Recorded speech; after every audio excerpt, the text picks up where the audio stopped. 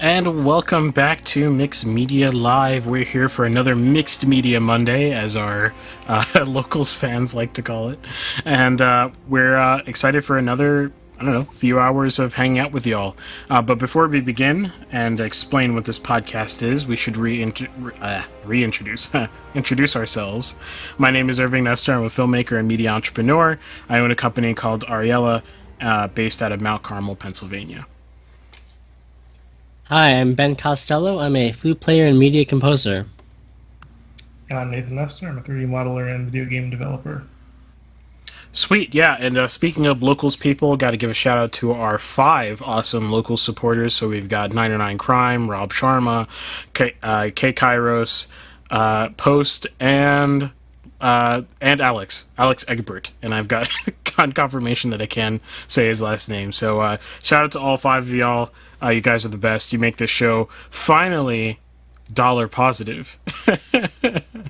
There you go, 99 Crime in the chat saying, Monday's upon us. Yes, it is. Monday's upon us. I don't know. What do you guys think about Mondays? Like, are they generally a positive experience, negative experience? Depends on the week. The alliteration is quite nice. I gotta say that. It'd be very unfortunate, when we move the podcast, it's like in Mixed Media Tuesdays. It's not really the same, but... Oh, we might have to do that soon. Yeah. Yeah, no, it's a little bit unfortunate, but... Yeah. No, but, what about Mondays in general? How are Mondays? That you meant in relation to the podcast. I find the bigger problem to be Sunday and, Sunday afternoon or Sunday evening. Anticipating the Monday. Yes, thinking upon the Monday. Yeah, I get that. Yeah, I don't. Oh, go ahead. Go ahead. No, you go ahead. Okay. I feel like I don't really mind Mondays too much. I don't really think about it, I guess, that much. But I do quite like Fridays, I guess. Yeah, I like that approaching. Yeah. Yeah, when I was working a 9 to 5, I dreaded Mondays. I hated Mondays so bad. It was so much to work yourself into wanting to do work again. Now it depends on what's going on. If it's the normal drudgery of I've got to do all this BS back end work for a week, it's kind of tough. But I find maybe even Wednesdays or Thursdays to be worse, just because you're kind of tired by Wednesday or Thursday. But then I also work on Saturdays, so I guess there's that in mind. Wednesday, Thursday is actually the middle of my week, basically.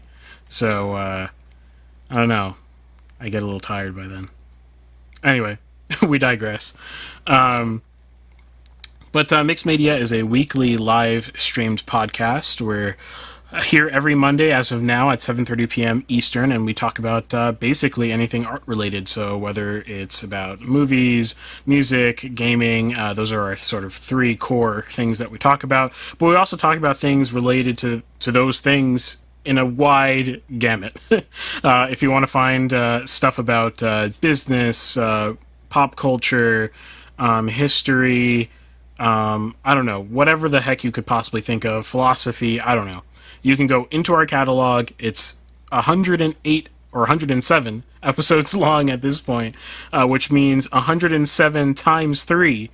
Oh, okay, maybe we're not always 3 together, but somewhere in that range of content to consume. So about 300.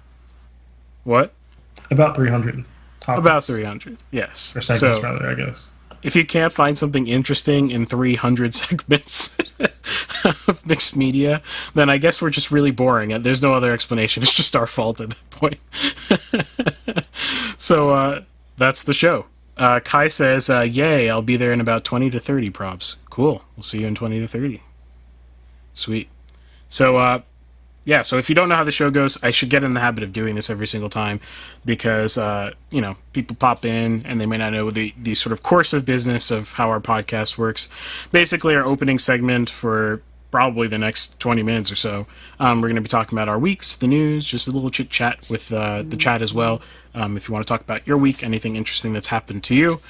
But also, after that, we're going to have Ben do his segment, which, if you want to explain real quick.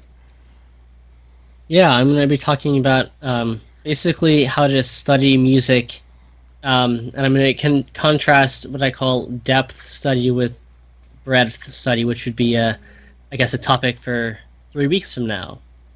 Sweet, sweet, sweet. We like those mini-series. And then afterwards, I'll be reacting to hot takes on Reddit about movies, presumably. And lastly, Nathan will be doing his review of... What's the game again? Omega Strikers. Okay, yeah, Omega Strikers. So there you go. So that's the course of business. I don't order the titles in the order that we do things, particularly because arguing with Reddit is the same every time.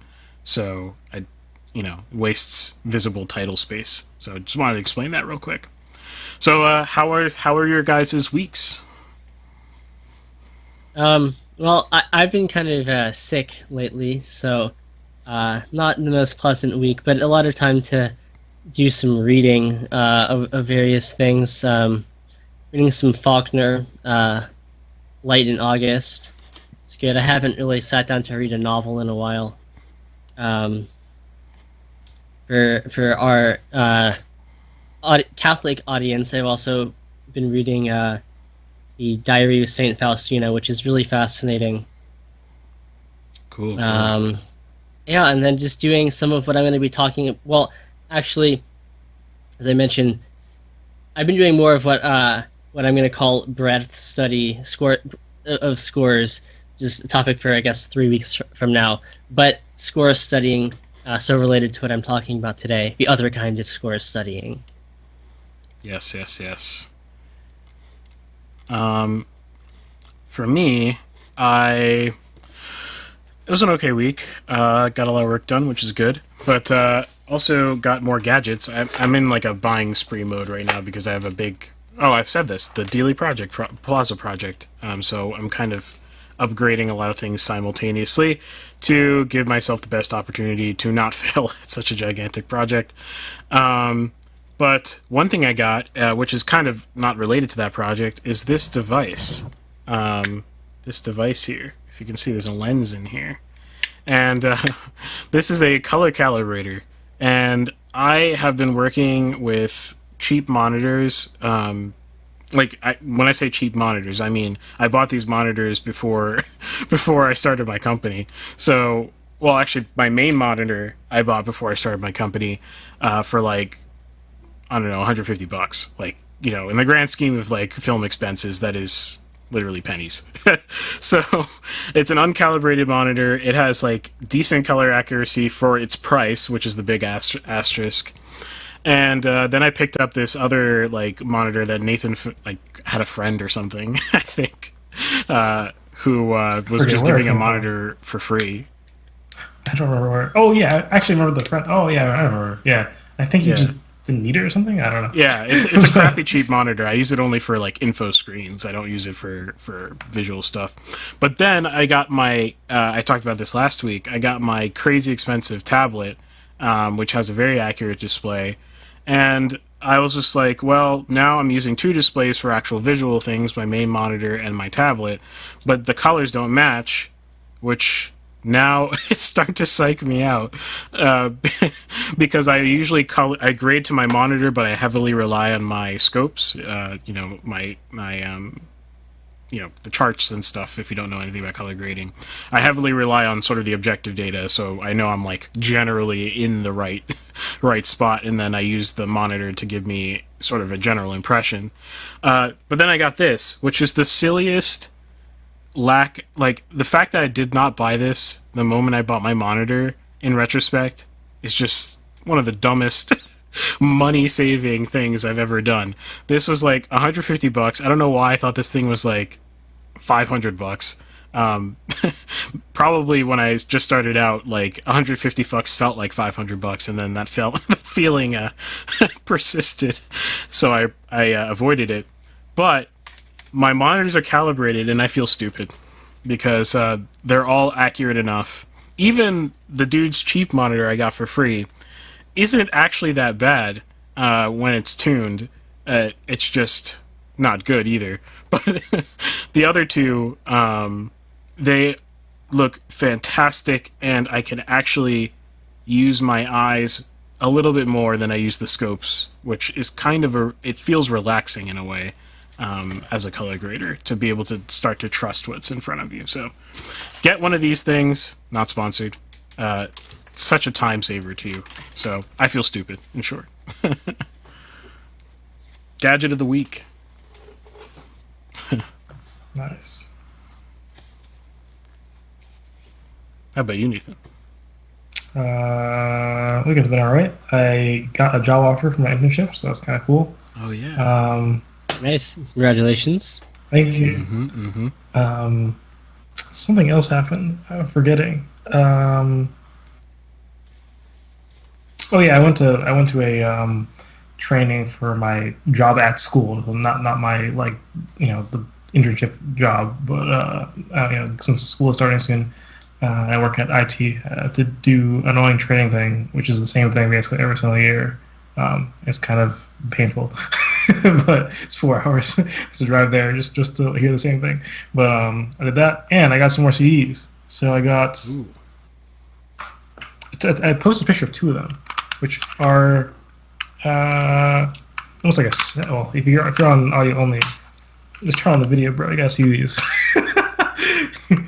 Got these CDs, which go together.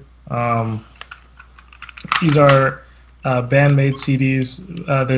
They released 2 essentially like compilations of their quote-unquote best songs.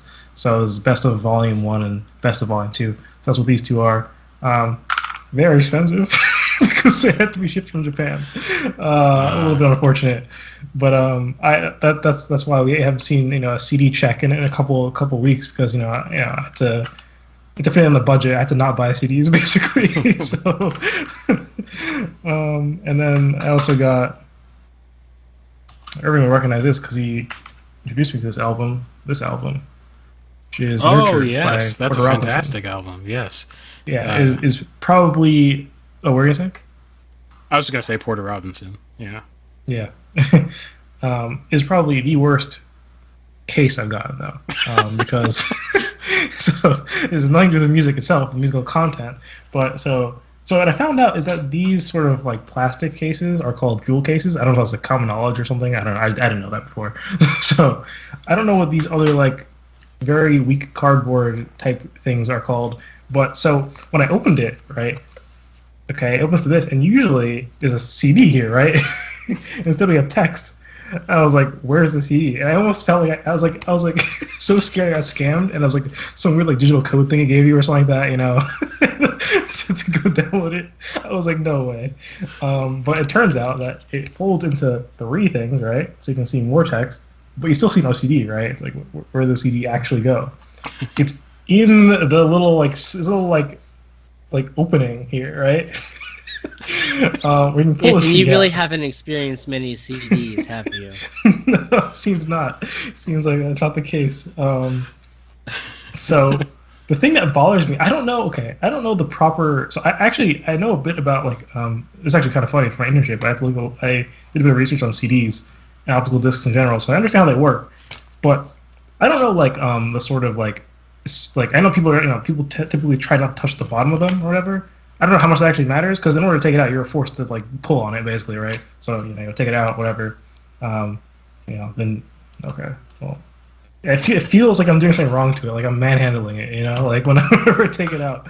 And then you get the CD, right? And this is some fallen level like creativity here, okay? It's just the album cover, but a little bit of it, and then it's black.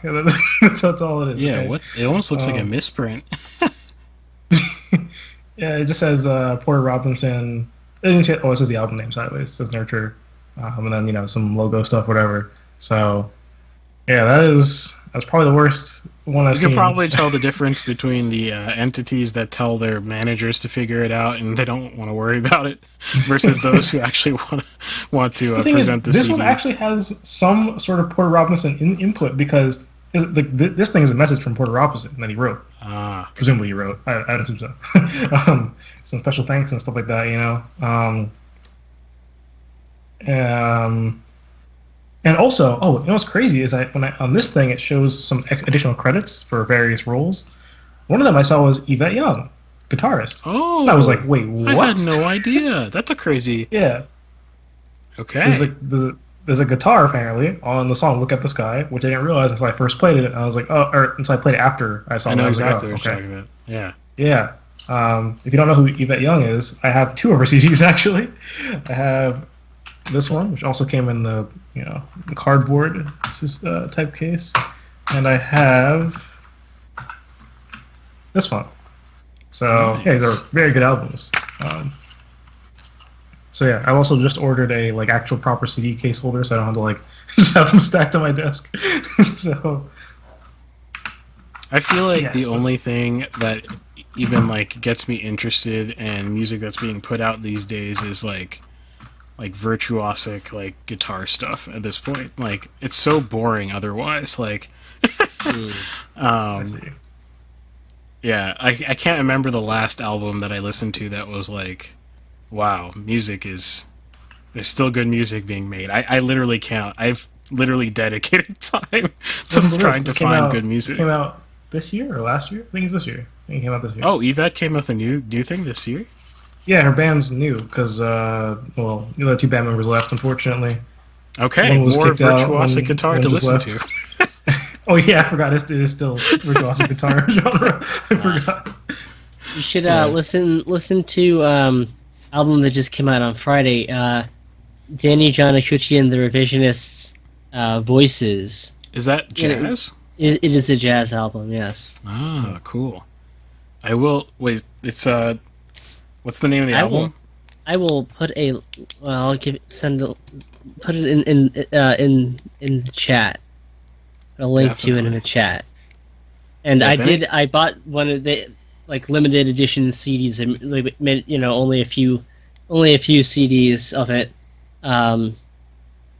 Yeah, because why make CDs, right? It's now a CD is a special collector's limited edition item. So I got one of the limited edition CDs.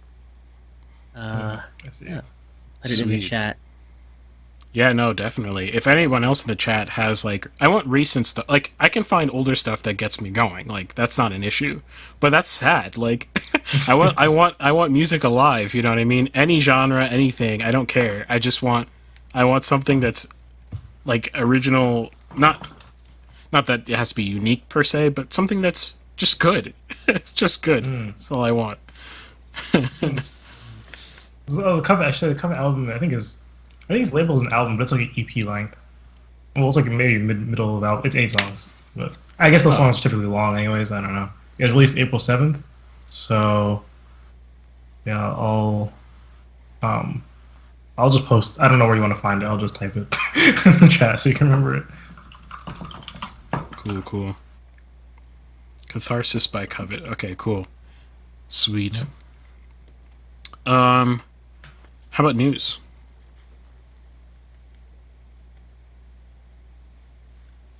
For me, the most interesting thing is that tomorrow, Star Wars Ahsoka is coming out. Disney is nice enough to move the time from midnight Pacific to 6 p.m. on Pacific, which is a much more reasonable time. And we get, this show, I don't know what this show is going to be like. Hopefully it's not bad. I'm kind of tired of Disney Star Wars shows being mediocre, except for Andor, which is amazing. I've heard great. Andor has been I have a friend of mine who just keeps telling me, watch Andor. I strongly Andor. recommend Andor. Yes, And I'm I might break my rule for Andor. Maybe we'll see. See, the thing is, it's a good show that just happens to be kind of set in the Star Wars universe. Right. But most of the really Star Warsy things are kind of background to it. You could probably put this this show in almost any fictional universe you wanted to. Right. And it would right. just be a good show. It just happens to be Star Wars. And there are a few references to Star Warsy things, Interesting. But yeah, the news for Ahsoka, again, hopefully it's not mediocre. I'm tired of mediocre Star Wars shows. But Kevin Kiner is doing the music for it. Of course, Kevin Kiner. We talked about him. If you don't know who Kevin Kiner is, you should, and you should look up our episode. I think if you just search like mixed media Kevin Kiner, you'll probably find the episode where I talked about him and his work on Star Wars animation, particularly on the Clone Wars, Rebels, and the Bad Batch, and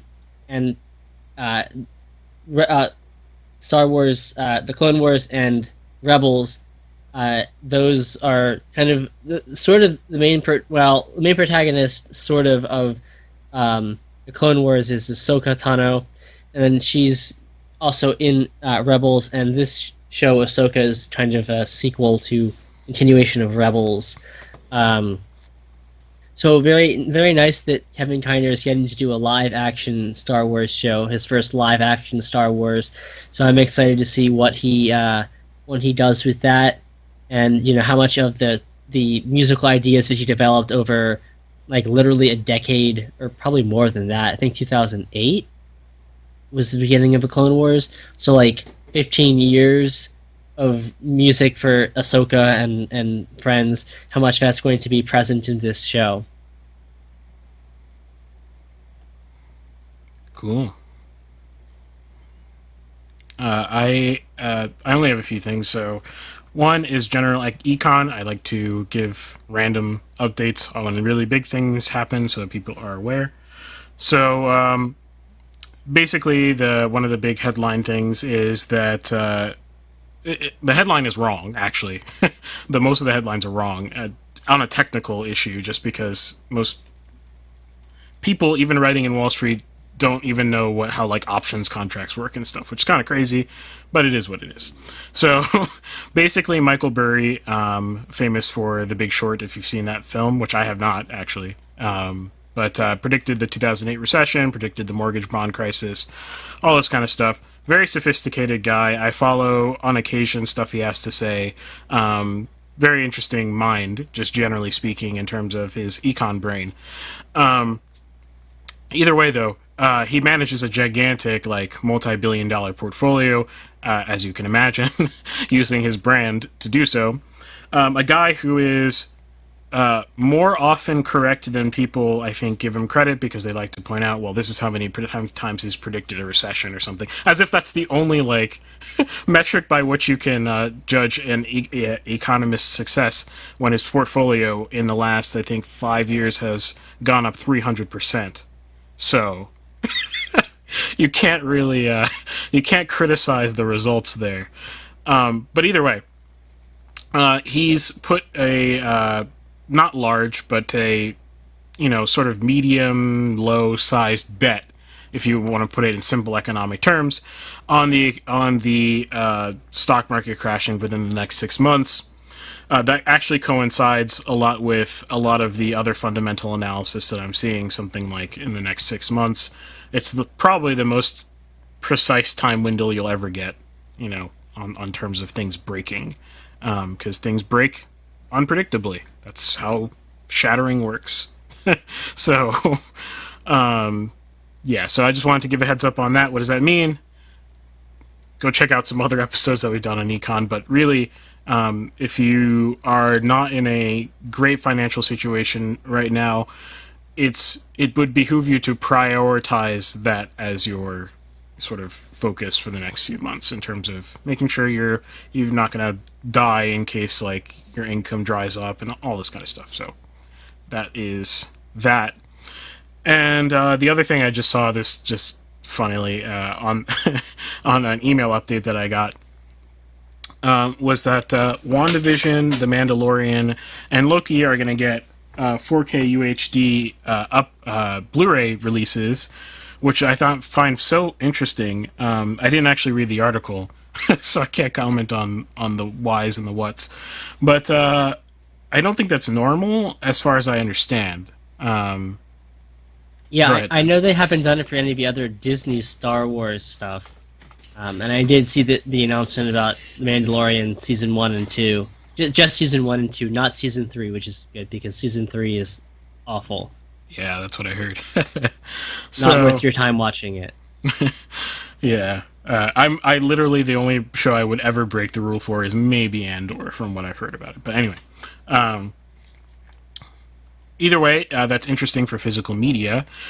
Disney, that kind of is an interesting. I wonder, it's probably testing the waters in terms of branching outside of Disney Plus, probably because subscription rates aren't climbing fast enough, and they're always like sort of dipping here or there to see what happens and sort of testing the market. So that's probably what that is.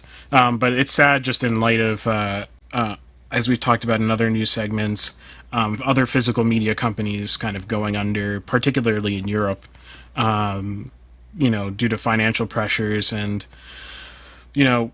lots of studios are sitting on beautiful copies of films that have no disc to speak of. And and there's a lot of beautiful films that are classics even sometimes. You'd be surprised that are restricted to DVD only, which is just sad. So, yeah, wanted to put that out. That's it. I'm curious because I didn't pay much attention. Do you know if they announced a price for these DVD collections? I don't know. Let me see. I have the article open here. Because, maybe if a price isn't too bad, I would consider. I definitely would buy Andor, season 1. Maybe The Mandalorian season 1 and 2. I don't know. Just good. I think it's if there's decent content, it'll be good. At least from my perspective, you may as well own it so then you can divorce yourself from Disney Plus at some point and still have access to the stuff. That's what I'm saying. Like, if they're going to go this route, I hope that people can make the exodus and invest in just the things they like instead of co-signing literally everything on there. Hopefully they decide to do this goes well and they decide to do it for Andor. But the real problem with Andor too is just that it seems like although it got really great critical reviews, and it just the average Star Wars fan didn't know what it was about, and just the numbers don't seem to have been there for in terms of views on Disney Plus. It's really sad because they actually did something good. Yeah, that's the thing about going to this model, right? It's it becomes about essentially devolving into clickbait is what shows become. I mean, everyone was going to tune in to watch Obi-Wan Kenobi versus Anakin, right? Exactly. Even, it's low, not good quality, but people are going to watch it just because it has the names associated with it, right? The casual Star Wars fan doesn't know who Cassian Andor is, but it actually was an incredible show. So, yeah. Well, down with Disney as usual. Yeah. How about you, Nathan? I was gonna say. So I just realized thinking about Disney. I don't know if I've ever. No, I have. I don't know if I've ever played a Disney game. But I definitely have. I've played that one game that was made to sell in toys. Or not toys. It sold it was weird. that game they had on consoles where you have that thing, that pad, and you place little characters on the pad. You know what I'm talking about? And the characters appear in the game. I don't know what that was called, but that was strange. I think it's only a Disney game I can remember. I'm sure I've played more, I guess. Yeah, before we get to news, though, I have something to say about the CD again. I just thought something. And why they should not... I don't get it, actually. Okay? So, with these types of cases, right, my thought was that it'd be the cost, right? That is the reason why they would do something like this, right? But then you look up so I looked up the cost of jewel cases. The reason being is that one of these... Well, I'm sure there's also some environmental consideration too, right? One's paper, one is plastic. No, but you don't throw these away. You never throw these away, right? These are not like things disposable that are thrown away daily, right? Yeah, but right now people are kind of getting rid of their CDs. But if you're buying a CD, right? Now, especially, right? Yeah. Yes. You're probably going to keep it for a long time. It's not like these things Well, expire or something like that. assuming you can continue to find like a reader that will play it. I guess that's true, but I don't know. If you're someone who is going to buy a CD at this time, you're probably gonna have you're gonna have the CD player or whatever. You're probably gonna keep it for some time. I was just looking up the jewel case prices because this one's cracked. I forgot to say that this one came cracked. And apparently they're very cheap. Like you can get them essentially. You can't get a single one. You have to buy them in relatively bulk, like 10 at a time, and it'll cost like $1 per thing. So if it's like that cheap, I don't know. Oh, that's $1 per thing for 10, right? If you're Porter Robinson, you're ordering these things by the boatload, right? It's like these are not, they're not $1 per thing. They're some cents per thing, probably, right? So I really don't understand this for a Porter Robinson scale release. I think I don't know. Maybe the like cardboard essentially, which it's a newer thing. And I don't really see it from like any major labels, but like it's mostly from independent artists in my experience, and or sometimes you'll see it from like a bigger artist, but like not from a major like distributor. Like Paul McCartney likes doing these sorts of things. Yeah, I think there's probably also some consideration of it just feeling more like lo-fi and artistic. Underground, man. This feels anti-artistic to me. It feels more handmade. I don't want it to feel handmade. I want it to feel processed in a factory. That means robust. I mean, also to be fair, like you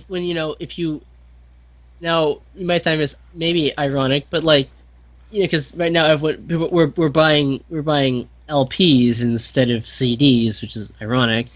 That record sales are higher than CD sales, but records,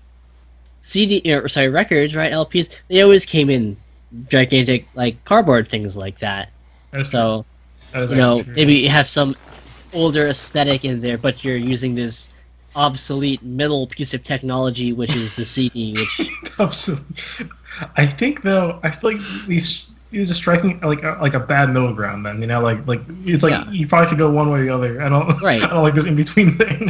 I think when we first started talking about your CD collecting a couple of weeks ago, I used that like exact term. It's like the awkward middle ground of technology where it's not the most technologically advanced thing. It's not streaming, right?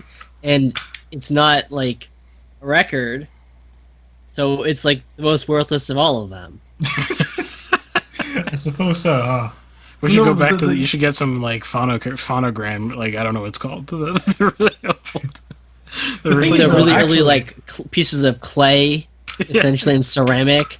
So that Edison was using. Yeah. They like fall apart after you've listened to it once. It falls apart. Well, it makes music disposable. It means you can charge over and over again for it. It's perfect. Perfect. The businessmen just have not figured that out yet. But no, the thing is, these actually have utility, and utility is something that people don't know. Is that they are cheaper sometimes than buying digital, which is absolutely crazy. Really? And yes, every single album I bought was cheaper digital, except the 2 Bandmate albums because they're from Japan. So fair enough. Also, the Bandmate tends to charge they're just expensive. Like everything they do is expensive always, even in Japan. I don't know why, but I thought so. Kakara said, "Sorry, I'm late. Who got a job offer?" I thought he said, "Sorry, I'm late. I got a job offer." I was like, "Yo, what? That's crazy." I got the job offer, but yeah. So what was I saying? Yeah. So these are like if you want cheap. So Barnes and Noble has this beautiful thing where they have a ton of albums just 30% off, like perpetually for some reason. I don't really understand why. So you can get an album for $8 essentially, whereas like an album usually like $12 ish if you want to buy it like off of Apple Music or something like that, right? And then you just put it on your iPhone, and it goes in the Apple Music app the same way. Like it looks the same thing, right? Like there's no difference, except I guess you waste storage on your phone rather than having to if you can stream them if it's on Apple Music. But like I don't know, I have like 60 something gigabytes of like free space. I found out, so like this is not a concern to me. Also, you can't hold a digital album. Okay, this looks nice. Okay, look at the disc. You can't. I don't know if it's gonna show up well. I don't think it will actually. This is the Bandmate disc. I don't think. Oh wow! Basically, you cannot see. it's very nice. That's all I can say. I don't really know how to describe it. It's probably the nicest disc I have, I think. What's also really nice is like used CDs, which tend to like people tend to like take decent care of CDs. So if you get like a used CD, like honestly, like the like used book and DVD and CD store that I mentioned a couple of weeks ago, amazing. Or just even like my church, once a year they just have like a used book and like media sale. Like you buy like it literally, people are just like throwing like hundreds of CDs away for like literally like $1 each. Yeah. I gotta find me one of those. Yeah. Here's one crazy thing about physical media that people don't consider. I bought a book called Wheelin' and Dealin', which, like, if there's a movie based off of a book I would ever make, it would be this book. It's called Wheelin' and Dealin'. It sounds very familiar. I don't know if I heard this before from you or elsewhere. Is it one of those like books that are like a classic in some industry, or is it not like that? No, it's actually like it's become obscure in recent like memory. Okay. At the time it was actually like a pretty popular book. I think it might have been a New York Times bestseller at the time, which would be like the 70s, I believe, or maybe like the early 80s. I'm not sure, but Wheelin' and Dealin', anyway, it's out of print. Even though it's like a very like historically important book in terms of its contents, because it's the guy's the right hand man to Lyndon Baines Johnson, so there's a lot of like just a lot of historical like detail, because he's just detailing all these like significant events like in extreme detail. It's mostly a self-pity party, but I think that would make it an even better movie. But because he ends up being thrown in jail at the end of his political career. But in either case, that book I had to buy it for I think $120 to get my hands on it used. What? Like that, it's that out of print. It's that hard to get. So I don't know, these albums that people have, like some of them are fantastic and they might just die off like forever if like the original artist's Spotify profile comes down in like 20 years, and it's no longer on Spotify, and so few people bought the physical media that where would you get it? Right, yeah. Makes sense. Yeah. So consider that. Yeah, buy CDs. Buy physical media. Yes. Yeah. That was a detour from news. But it's my actual news. I don't really have much other than COD Modern Warfare 3, like the second one now, has been revealed, and the reception isn't the greatest because they released so far one trailer. They called it the gameplay reveal trailer, and maybe in the whole 2 minutes of trailer is like 20 seconds, 20 seconds of gameplay, which is worse than it sounds because the gameplay, it's like 2-second chunks interspersed with like cinematic like stuff, so like you have no context to any of it. It's like person planting C4 for 2 seconds. Like, oh wow, like that is definitely useful gameplay to see. So it seems like there's I don't know how close is this to the original Modern Warfare 3. I haven't played it. Apparently they like to show off there's a lot of water going on, so yeah, a lot of underwater moments in the trailer. Then at the end they showed off like 3 things you can already buy. 3 like additional things you can already buy.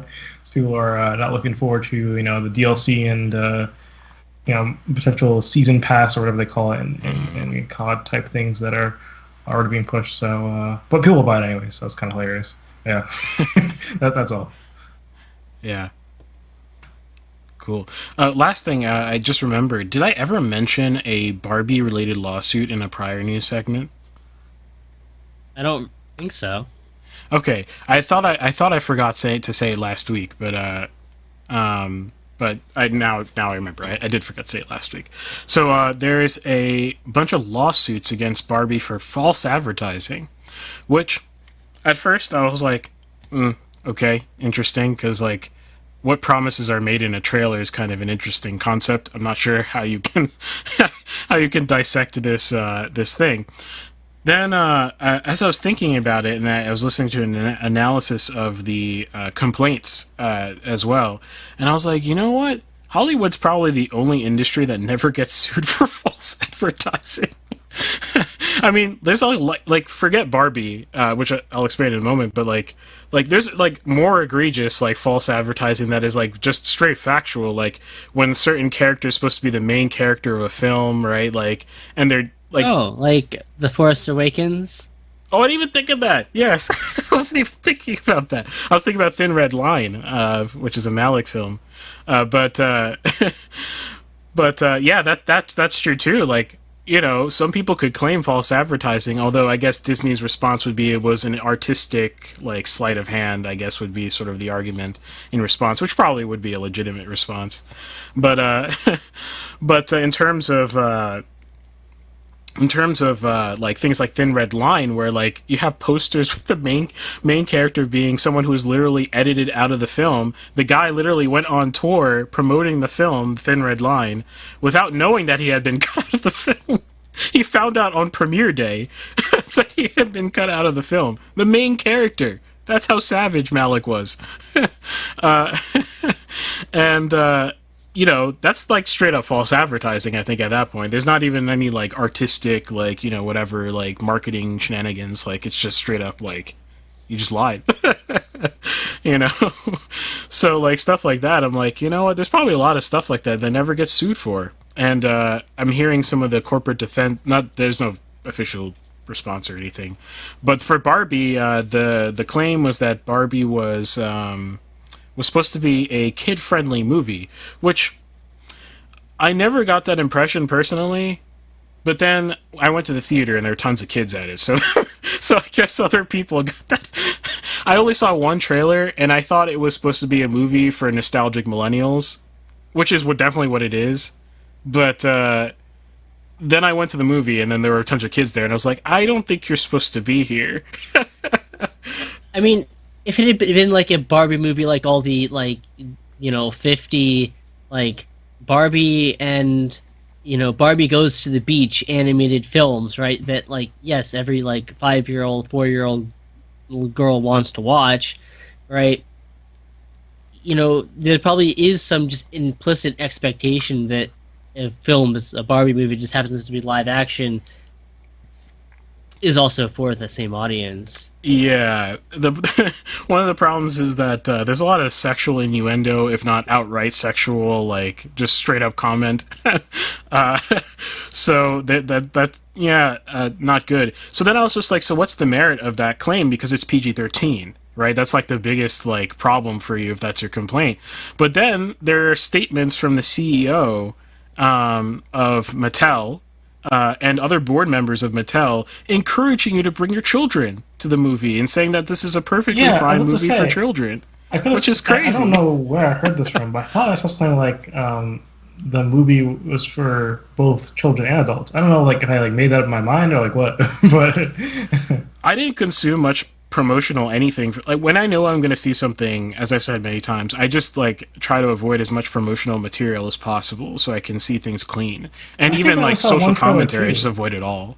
Yeah. What? So I think I only saw one trailer too, so I don't know where I got this from. I can't remember. But yeah. Yeah.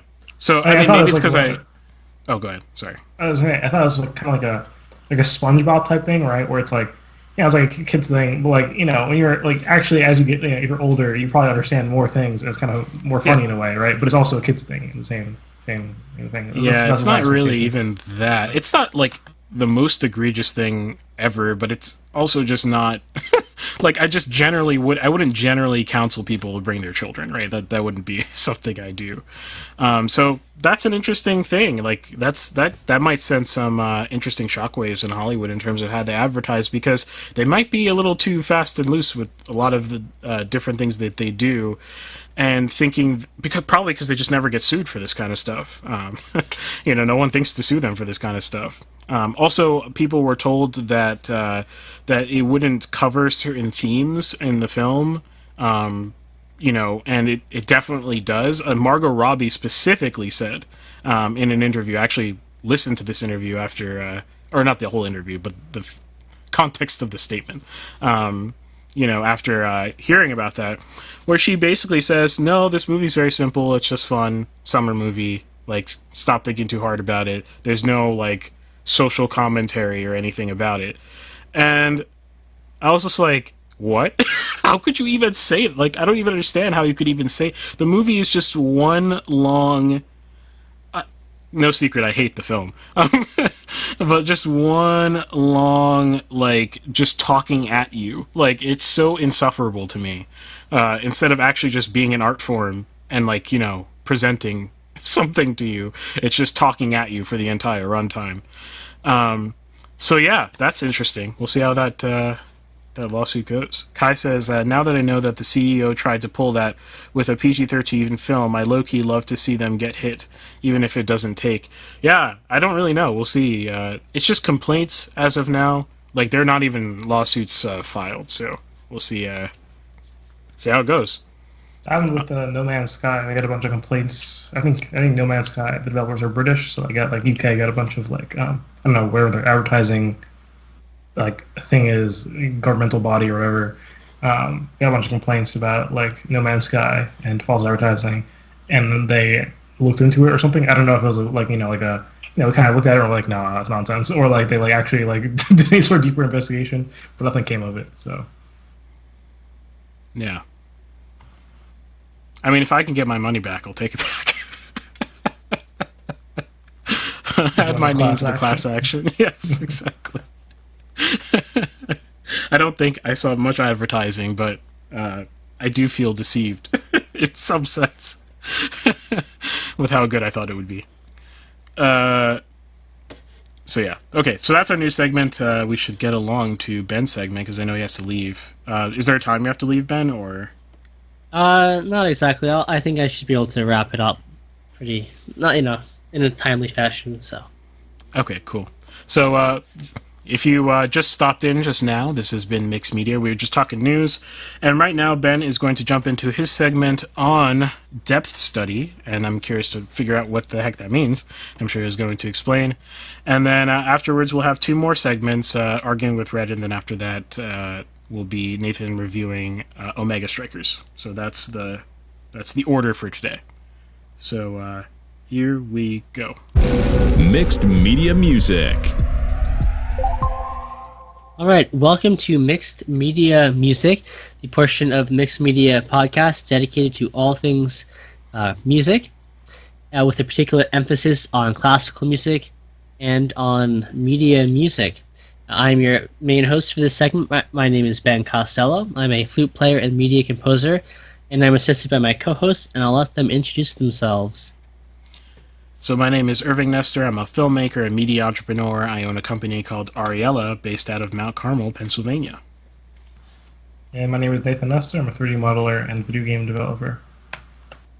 All right, so welcome once again to Mixed Media Music. And tonight we're going to be talking about score study, in particular what I would call depth score study versus a breadth kind of study of scores. Now, this is a question I hear all the time from students in real life, people in real life, and also if you go online, 2 out of 3. I had to look at Reddit for this podcast. You go on like R Composer or whatever on Reddit. 1/3 of the posts are going to be, how come nobody writes like Mozart or insert other long dead composer, everything after this composer is complete junk. Why can't I write like that? That's 1/3 of the post. 1/3 of the post will be, how do I do score studies? And then the other third is everything else. All right, so very popular question. How do I score study? So if you're a composer, score studying is kind of the way that you kind of learn about music, right? I mean, yes, you have a teacher, you do exercises, whatever, but the score study is kind of the organized way in which you're going to approach a piece of music and try to pull something from it. It's really important if you're a composer to be able to look at something and kind of take it apart and learn from it. Okay, so because this is such an important part of what a young composer or any composer does, and because it's a question that people ask all the time and people don't like to give very convincing answers a lot of times, I thought I would give my answers as to what I do when I'm studying something. Now, I'm going to divide this into two different segments, and one is going to be what I call what I'm talking about tonight, depth study, and then the second part, a couple of weeks, we'll talk about breadth study. So depth is, to me, I'm studying one individual piece of music in as much depth as I can. And breadth is going to be, I have like a style that I want to learn. I'm going to listen to a large volume of music and attempt to absorb parts of that style, but not necessarily, drill down into just one piece with great detail. So we're going to talk about how I approach studying one particular piece, and doing that in depth, trying to get as much as I can out of this. Now, in general, as a general comment, this sort of depends on like the size of what you are seeking to analyze. So, if it's something that's really large, you want to break it down into smaller parts. If it's really small, some of these steps maybe, instead of focusing on just a few measures, you can expand it a little bit. Yeah, but so you want to keep that in mind, right? Size is relevant, but this is my general process for how I study one particular score in depth. Okay, so the first thing I'm going to do when I've identified a piece of music that I want to study, I'm just going to listen to the piece, and if you do know a lot of like music theory, things like that, you're going to hear things anyway, even if you're not trying to hear them.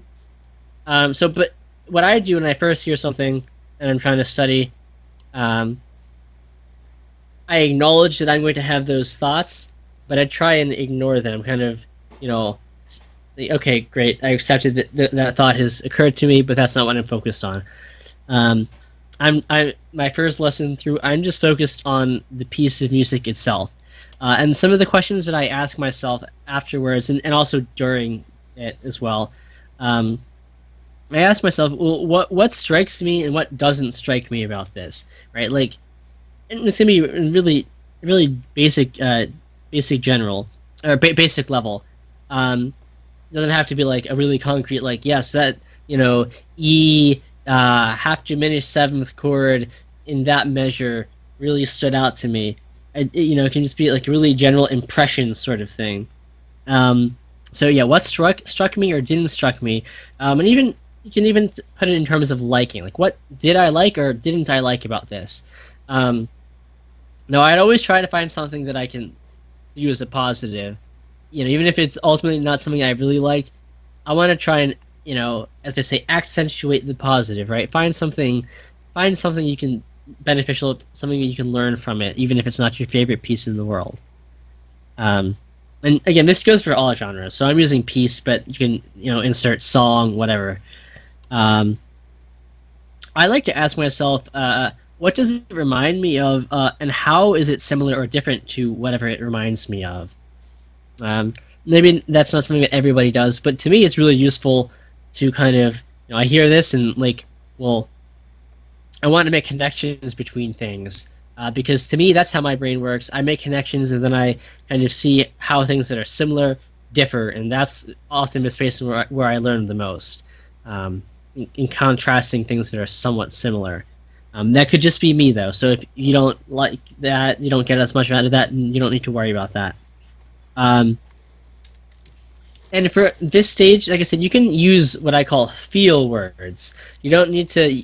For me, I don't need to like put it in terms of, like I said, I don't need to put it in terms of rigid, structured music theory.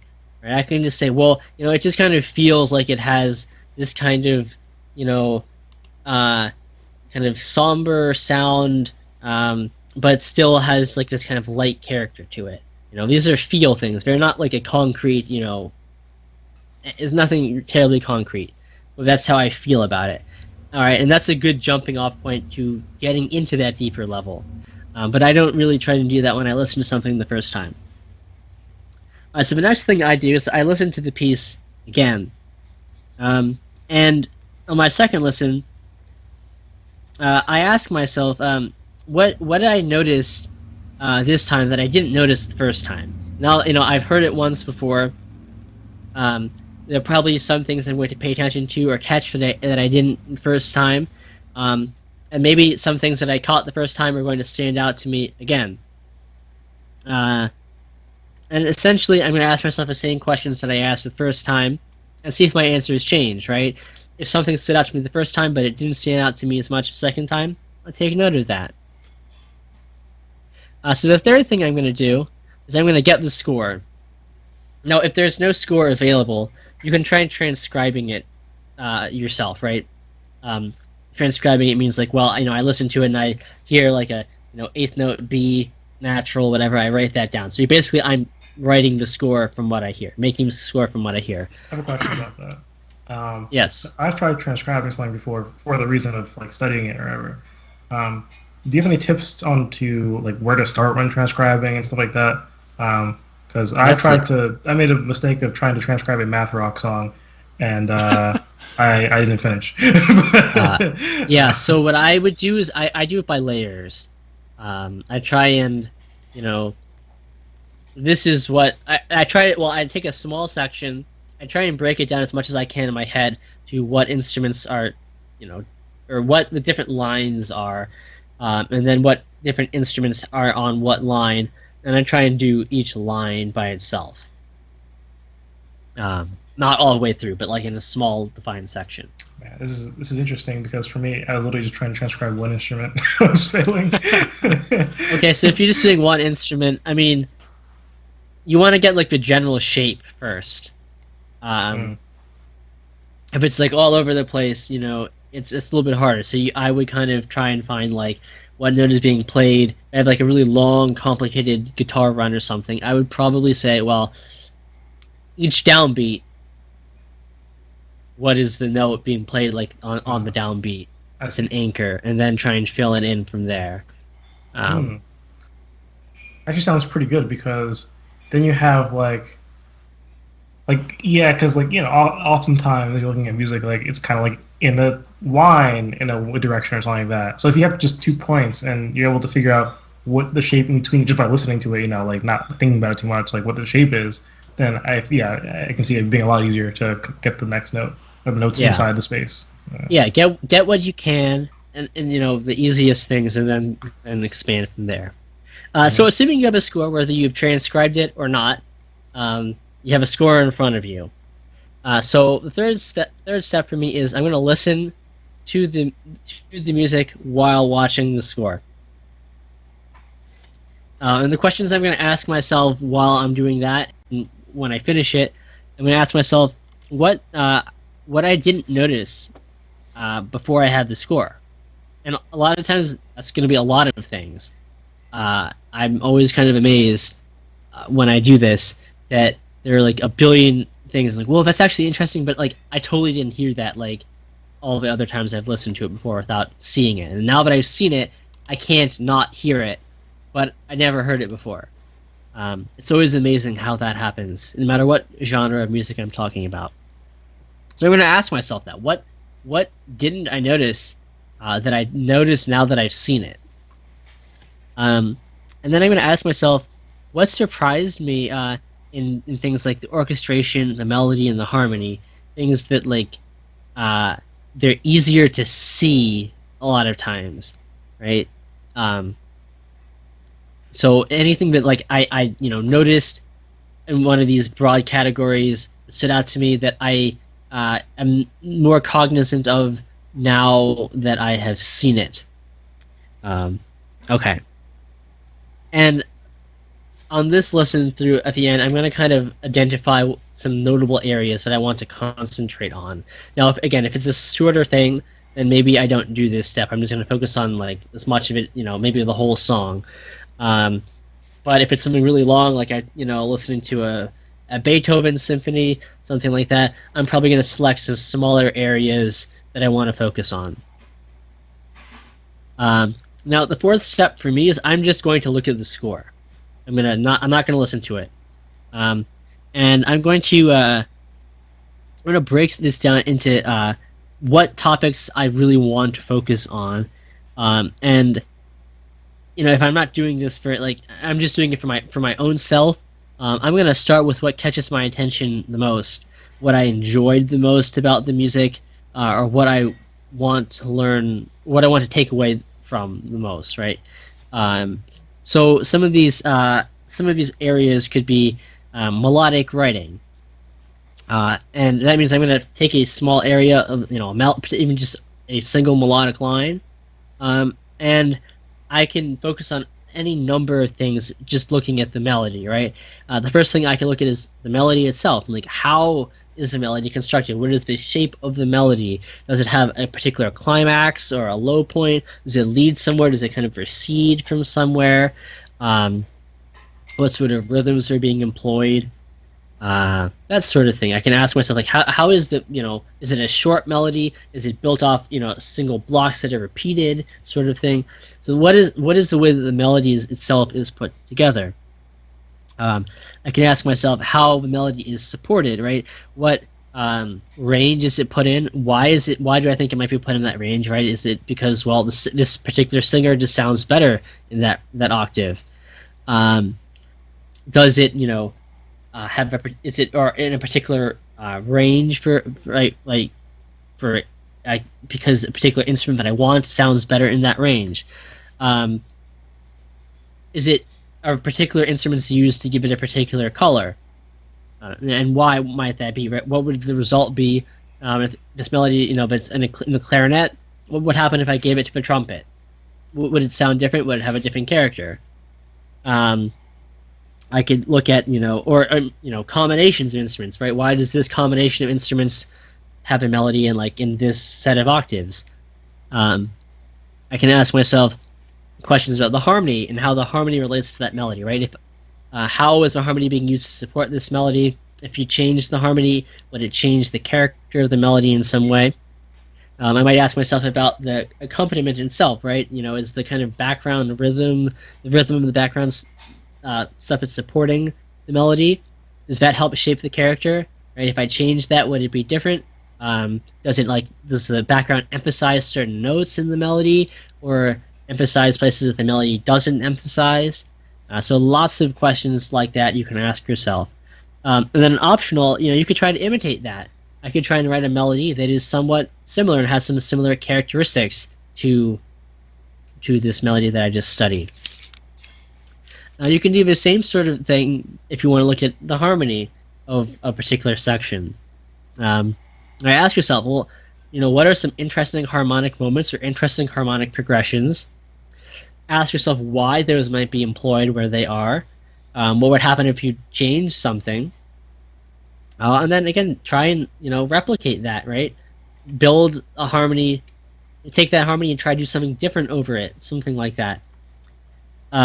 You can look at orchestration and instrumentation, and again, the same sort of process, right? Ask yourself, well, why is this combination of instruments being used in the way that it's being used? Does it create a particular color? What would happen if I change that? Is this a color that I want to use? Is this a color that I'm familiar with? If it's not, well, maybe I will, put on the score again or the music again, the recording again, and listen to that particular moment and say, wow, it's like a really cool color when you have the muted trumpet playing along with the violin. And you want to then kind of, take note of that, keep that in your memory bank. That's what produces this color, and it can be effective or not effective in these different circumstances. Now, for all of these things, again, you can kind of go from small scale. You can eventually work up to a larger scale kind of analysis, right? So just in this particular moment, you can focus on the orchestration of a particular chord, right? You can also focus on orchestration of a longer section. And then for another larger scale thing you can do is you can look at the form, right? What is the general construction of the whole thing? right? Is it in sonata form? Is it in A-B form? Is it like verse and chorus times 3, but has a 4-bar break somewhere in there? So you want to kind of evaluate that. And for me, I'll analyze it myself. You can come up with your own description. You don't necessarily need to use like common academic descriptions. A lot of times for me, it's helpful to diagram these things as well, right? Like literally, make a map of what's going on. Like, we have theme A, theme B, 4-bar, insertion, something else. So to me, it's helpful to kind of lay it out that way. And so then I'm going to ask myself, after I've done all of these things, or just one or two of them, right, whatever interests me the most,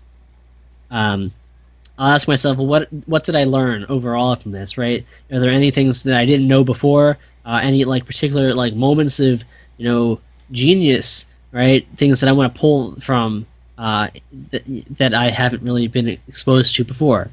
And I ask myself what I was most surprised by. Like, I might be surprised by the fact that, well, normally I don't like this combination, this color of like I don't know, viola and French horn.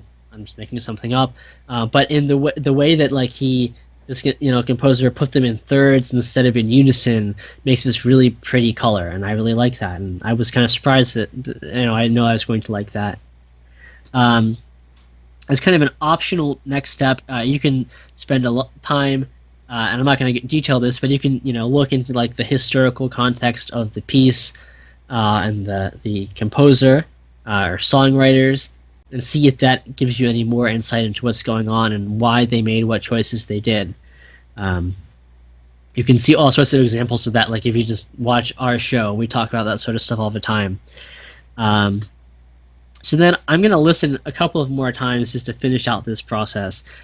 So I'm going to listen to the score, listen to the music again with the score in front of me, and I'm going to see if that helps me kind of confirm what I noted in the more in-depth step, where I was really looking at the score, right? If I, liked anything, or I noted anything in particular, I'm going to see if seeing it and hearing it simultaneously this next time kind of confirms what I had just done on paper, essentially. Then I'm going to try and listen one more time without the score, but paying attention to the same sort of areas and seeing if just hearing it without having the visual in front of me, if I still am left with the same sort of impressions, the same sort of lessons. And finally, this is again kind of an optional step, but as a musician, I like this. I'll just listen to it again and try and block all of that stuff out and just try and enjoy it as much as I can without this analytical mind. And again, like I said, you're going to be analyzing it the first time you listen to it too, to some degree. You're not going to be able to shut off all the ways that you have just analyzed it and learned from it, but you want to try to do that. I think I talked about this really great article a while ago on one of these shows. This great article by a famous music theorist called, I think it's like 3 Ways of Reading a Detective Story or a Brahms Intermezzo, right? And the theorist, talks about basically how you read 3 readings of like a Sherlock Holmes story. Like one is, you read it and you don't know what's coming and you're surprised by it. A second way, you get second time you're going to read it and you're going to notice all the, details that Sir Arthur Conan Doyle had set up in the story that you hadn't noticed before, and now you kind of appreciate all those things. And the third time you read the story, you want to retain both, right? You kind of now even better understand all of the kind of structural ways that the story works, but you also want to try and read it with a sense of being surprised like you were the first time, and kind of have both, right? You want to try and not just be reading it to like pay attention to technical details. You want to experience the way in which the original reader is not going to appreciate all the technical details that you also now notice, and that helps you writing a detective story. And then he applies this to a piece of music. And I think it's essentially what I'm saying too, right? You've analyzed this piece, you got everything you could pull out of it, that you want to pull out of it or you're able to pull out of it. But then you just want to listen to the piece. I just want to listen to the piece of music as a work of art and try and see, well, yeah, now I have some sense of like how it's all put together, but the work itself is a lot more than just the, some of its parts. It's a full living work of art. And that's really how I can appreciate it best, as a work of art that moves me, makes me feel things, but also like I understand how it is put together, how it is some of its parts, and how it's somehow more of them as some of its parts. So yeah, those are kind of the steps that I go through when I listen to a piece of music that I want to really analyze in depth, and I want to get as much out of this piece as I can. I take a lot of notes on things, make markings, I guess, draw diagrams, note what I want to retain, and then retain it as much as I can. And like I said, for me personally, I find it really fruitful the area of like comparison and contrast, in contrasting things that are similar. So I've noted, well, to me this sounds kind of similar to something else that I really like. So I want to see how they're similar to each other and what makes them not exactly the same, and that space in which they are not exactly the same. Again, for me personally, that's where I find a lot of what I learn. The subtle differences between things that are generally kind of similar is, to me, that's really revelatory, right? What makes one work of art somewhat different than another similar thing, and that maybe that says something about the individual composer, songwriter, whatever. But also it can shine some light for me on how I can be similar to things that I like, but also retain my own voice. Or also it gives me like a different way of thinking about like something common. Like for instance, I was listening to a piece actually from that album I mentioned earlier, Voices. I was listening to it, and my mother also happened to hear it, and she's like, well, that sounds exactly like something from the movie La La Land. I'm like, really? I mean, I guess there's a whole lot of like melodic flutes in thirds, and to me, I guess like that's what I could see as being similar to some of the music from the film La La Land. So I sat down and I looked at that and I said, well, what is similar, right? Is that the biggest similarities? Is that we have like melodic flutes in thirds, and in what way is it different? Because I don't feel like it's that similar, but I guess I can see that the melodic flutes in thirds do create a kind of superficially really similar sound. So what is the area in which these things are different to me? So yeah, that's essentially how I approach what I call a depth study of a score. So if you are out listening to this podcast, feel free to let me know what your process for studying a score is. Again, these are just my general guidelines. You want to kind of find what works for you. Don't necessarily just stick to somebody else's template. But because I see this question so often, I figured it'd be a good opportunity for me just to talk about what I do, what my process is. Cool. That's very interesting. It was. I'll try that out. Yeah. I wish I could watch each movie 3 times. Yeah, I was thinking, I was like, I can't even play a game one time. Yeah, I mean, it works better for some things than other things. Like, okay, like I'm not going to listen to. I was doing this for an opera, Puccini's Manon Lescaut, recently, and great piece, a lot of cool stuff to learn, but I'm not listening to like all 3.5 hours of the opera 3 or 4 times. I'll listen to parts of it, but not the whole thing. I will listen to the whole thing and watch it, all the way through. And that is another step. Like if it's a theatrical work, like an opera, or a film, I want to watch it first. That's actually like even a preliminary step. because that is kind of its native format. And if you just listen to an opera, right, or listen to a film score without watching the film, which I mean, I do this sometimes because I have to, or I don't want to watch the film or whatever. But if you can see it in context, it's going to enrich any study that you do. But no, I will not watch all 3.5 hours of an opera, 3 or 4 times. That's a little bit much. Yeah. Cool. That that does remind me. I forgot to say it for my weekend. I have been playing LA Noire. I intend to review that at some point, but I'd like to give it a, especially as a supposed classic video game. I'd like to give it a pretty good review. So I'd like to play through right now. I'd like to finish it before I review it. Cool. Look out for that on Mixed Media. Sweet. Well, awesome segment. Yeah. So that's all I have. I'm gonna head out. I did leave my hot take in there. It's pretty self-explanatory, so I don't think I need to explain what it is. You can just read it. Okay. Yeah. Sounds good. Yeah, I feel better too. Yeah. Thank you. Well, Sweet. yeah, thanks for joining us on Mixed Media Music. If you are watching live, make sure you continue watching Nathan do his arguing with Reddit, and It's Irving, isn't it? Irving. Yeah, sorry, Irving arguing with Reddit, and Nathan is reviewing. Sorry, I can't remember what game you're reviewing. But Omega Strikers. Omega Strikers. Yeah. So have a good night. See you next week. Night, Ben. Yep.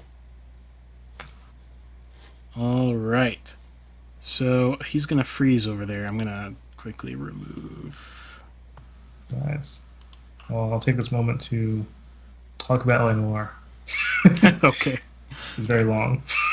It's a short video game, but it's still very long.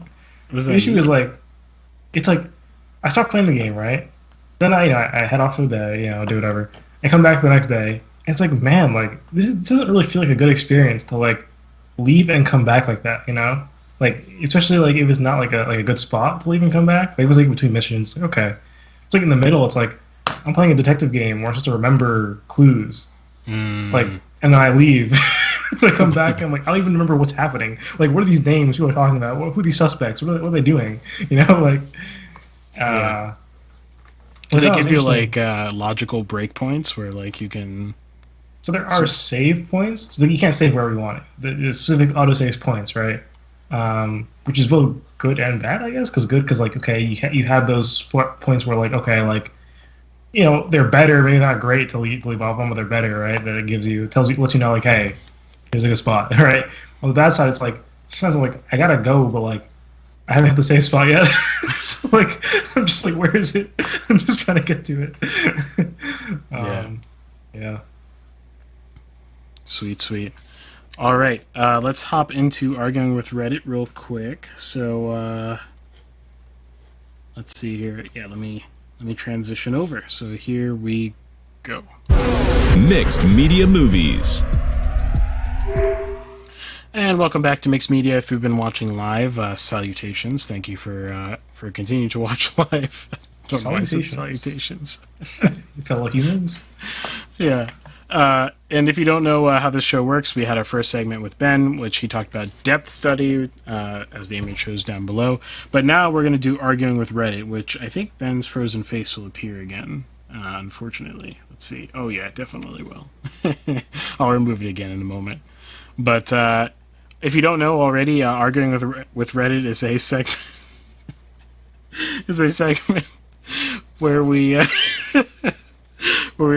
talk to our fake Ben. No, I'm just kidding. Let's remove this real quick. There we go. Okay. Arguing with Reddit is a segment where where we react to your hot takes from Reddit and around the internet. If you always want to leave a hot take, by the way, you can always go to our Discord. And this is to our watchers right now. You can always go to our Discord and drop a hot take for the week. And all of us are sure to respond to them. So, go ahead.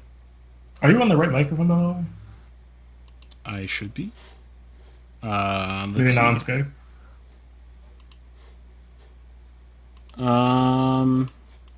Is it good now? Because it shows me on the right mic. I don't know. It sounds like a faint echo almost. I don't know.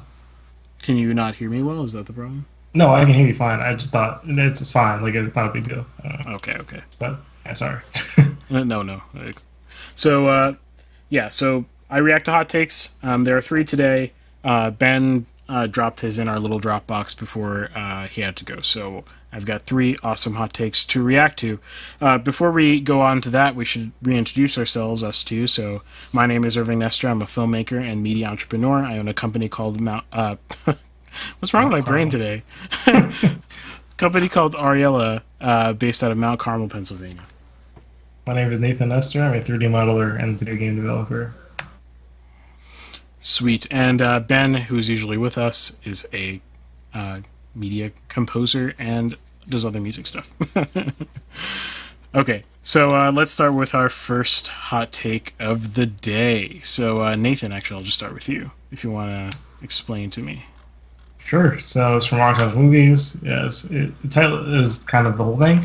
Movies ruined by unnecessary plot point / detail. And I feel like we've probably talked about a couple instances of that. Not necessarily as like examples of that, like like we're trying to find that, but I feel like I can think of a couple where some random plot points happen that we talked about.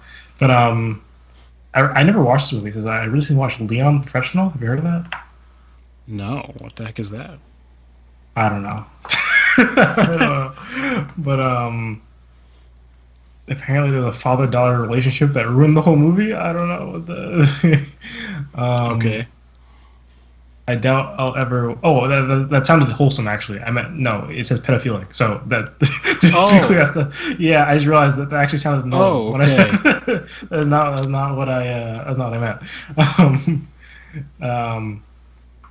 I doubt I'll ever watch it again. It's a shame because I did like the movie a lot. What are other movies that ruin time like this? Interesting. I always like trying to pull a movie as an example of something out of my head, is always like rough for me. But just on the general concept of unnecessary plot points / detail, there are so many movies that they just have. It's either one of 2 problems why this happens. One, they're trying to fit a 3-act model, and they don't know what to do with their middle act, and they just kind of have random meandering like things. It's just like they're just doing things just to fill time, just to fill, I don't know, like the beats that you're supposed to hit on the 3-act play. And if you want to see more stuff about how to write better, you can check out all the episodes that I've done on writing. I think there's an episode called Writing 101 about 3-act structure and how bad it is. Or I guess, whatever. Just go check it out. You'll get what I mean.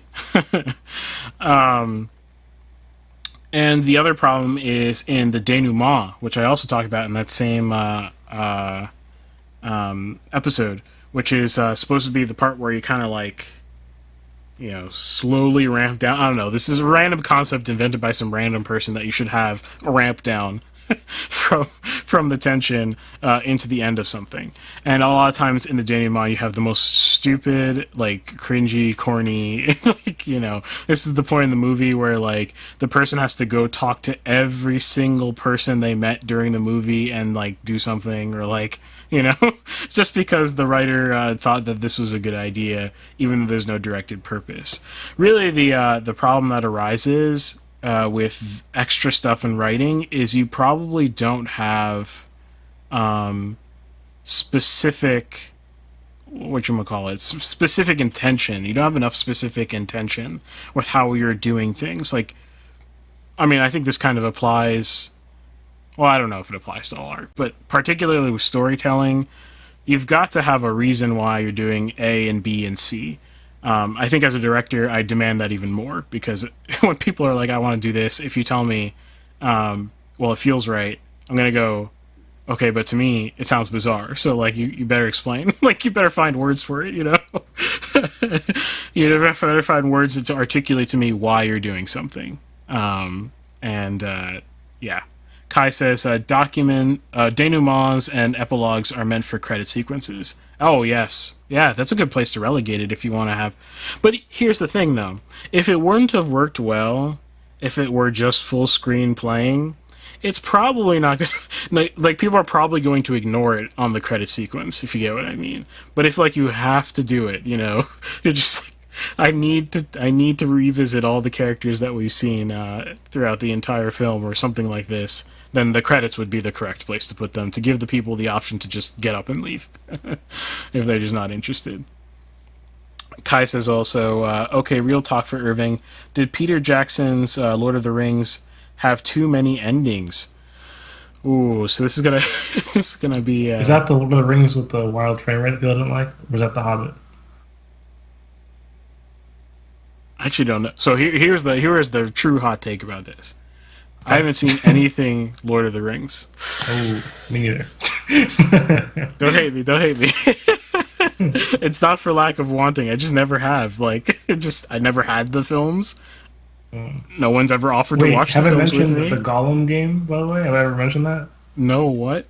Oh, I had a Gollum game, and people are saying it's like the worst game like to exist. It's kind of funny. It's just really, really, really bad. Like, it is like, it looks like, it's like, okay, so actually it's interesting.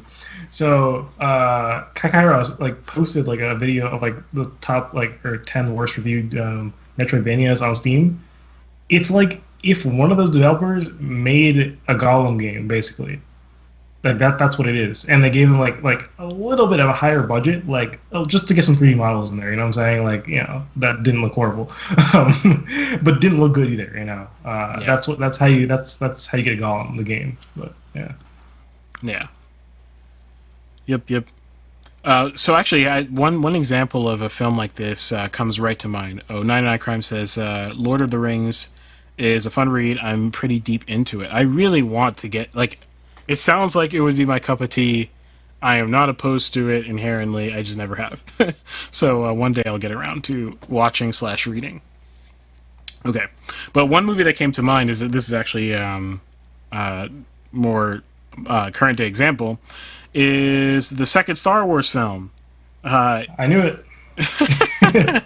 That's what I had in my mind, yes. The second Star Wars film has a whole B plot, C plot, I don't even know what it is. Like, this tertiary, secondary, tertiary, quaternary, who knows, plot with Finn and Rose that is so bad as to ruin the entire pacing and just flow. Ruined Finn's character, like, wholesale. Just absolutely demolished his character, such that he couldn't even recover in the third. There was no way to recover it after the damage they'd done to his character in the second film of the new trilogy. And that is such a waste of time. Do you even remember the details of why he had to even leave the ship with Rose and do random stuff in a casino? Does anyone even remember why? The why? Side questing. Just he actually just completing all the side. He's trying to get all the achievements.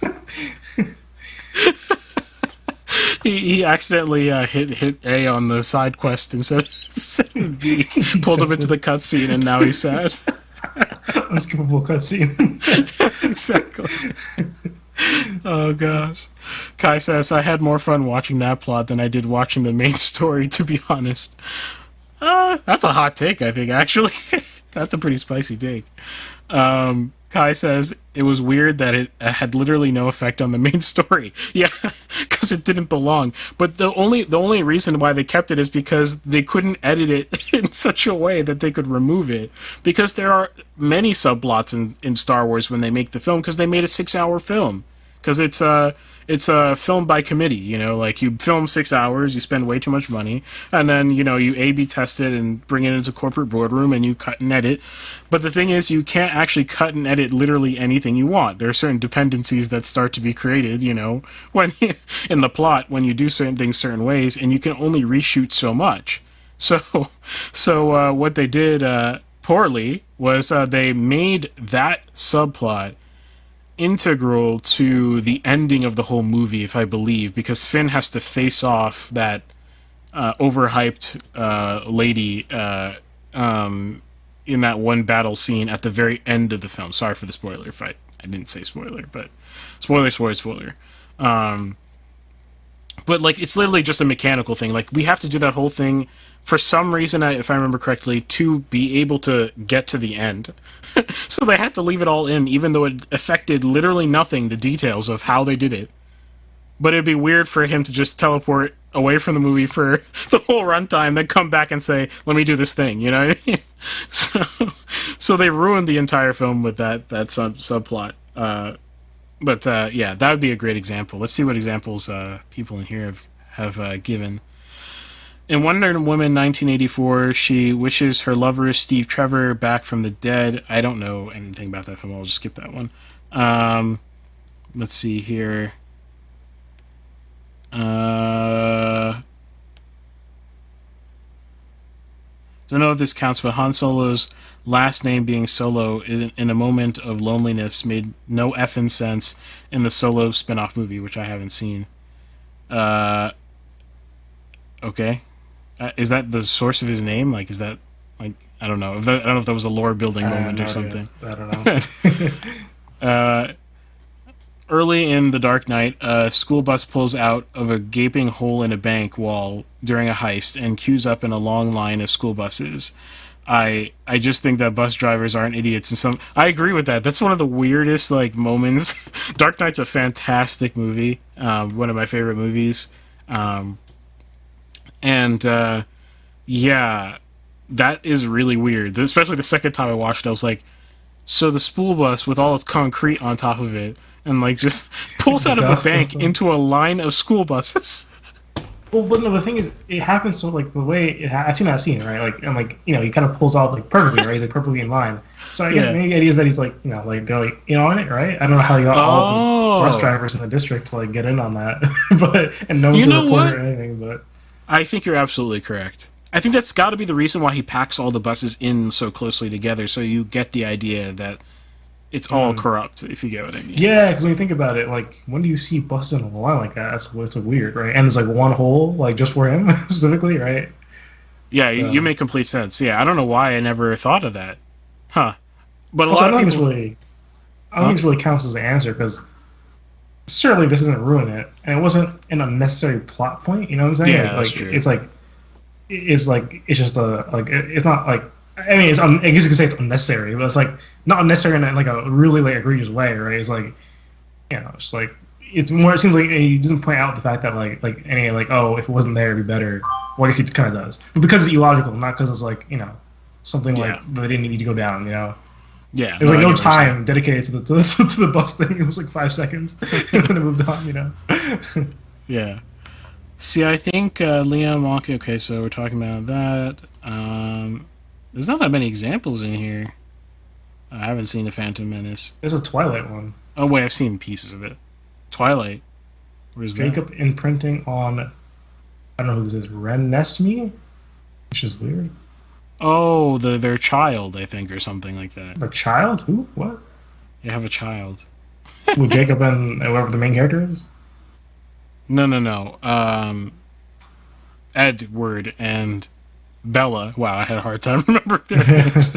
Edward and Bella have a child, and Jacob imprints on them. It's really strange. Really strange stuff. Okay. Interesting.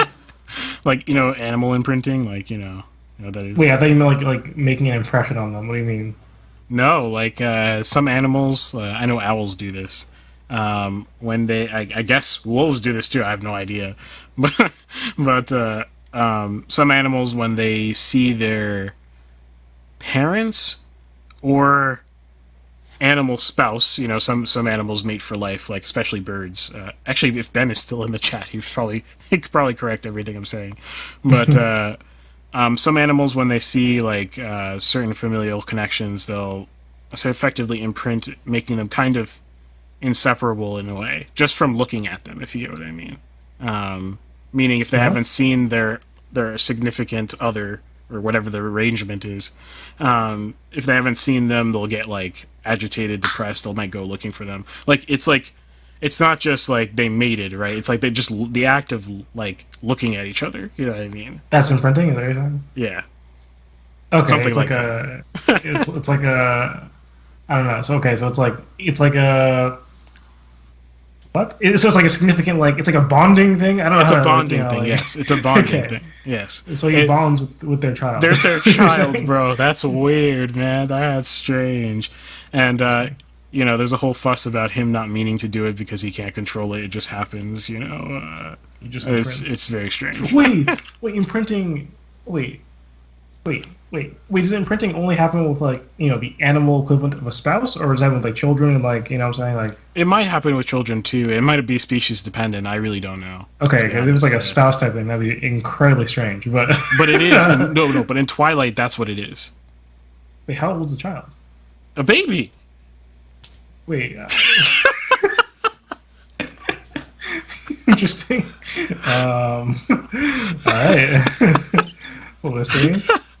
Yeah, it's very strange. I mean, obviously, no one's happy about the situation in the book or in the movies or whatever, but it's strange. Probably, okay. I can imagine that being completely unnecessary. Oh gosh. Okay, whatever. I gave my example. I'll leave it at that. Let's see here. So, wrong one. Next one I will pull from Ben, which he found before he left. So let me pull this one up. Gosh, Twilight's so weird. We gotta do a trilogy watch along on Locals. Like, it's gotta happen. Like, it is. Yeah. We have 5 of us now. So 5 plus 3, that's 8. That's a party. 8 people watching Twilight together on stream. That'd be fun. Okay. Let's see here. Let's pull this up. Let's see. I messed this up. There we go. Who would you have for your Mount Rushmore of filmmakers? As the title suggests, which 4 filmmakers would you have on your Mount Rushmore? Mine would be Quentin Tarantino, Christopher Nolan, Martin Scorsese, and David Fincher. Each director has their own unique spin on things when it comes to directing, and I absolutely love their movies. Curious to see what others would pick in their 4.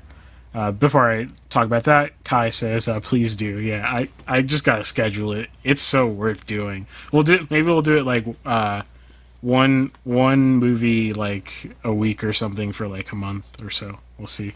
Because there's a Breaking Dawn Part 1 and 2, so there's 4 movies to get through, so it's like a month-long endeavor. It's ridiculous. But in terms of Mount Rushmore, who's actually on Mount Rushmore again, like, in reality? So I can get some inspiration. Isn't Lincoln on it? Yeah, he's like is he the latest edition? I don't know, actually. I think Washington's on it, right? Definitely.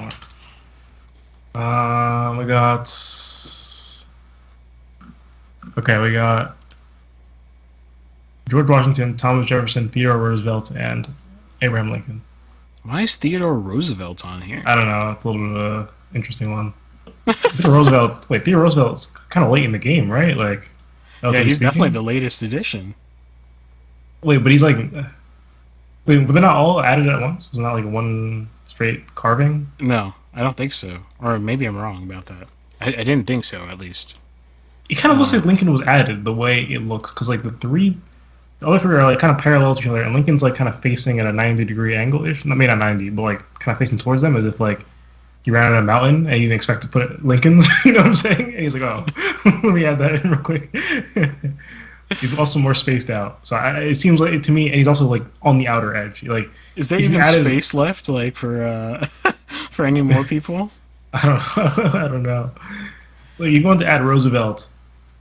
Like, there had to have been like a gaping hole between Lincoln and the rest of them. So I'm assuming Lincoln was added or something. But yeah, I don't know.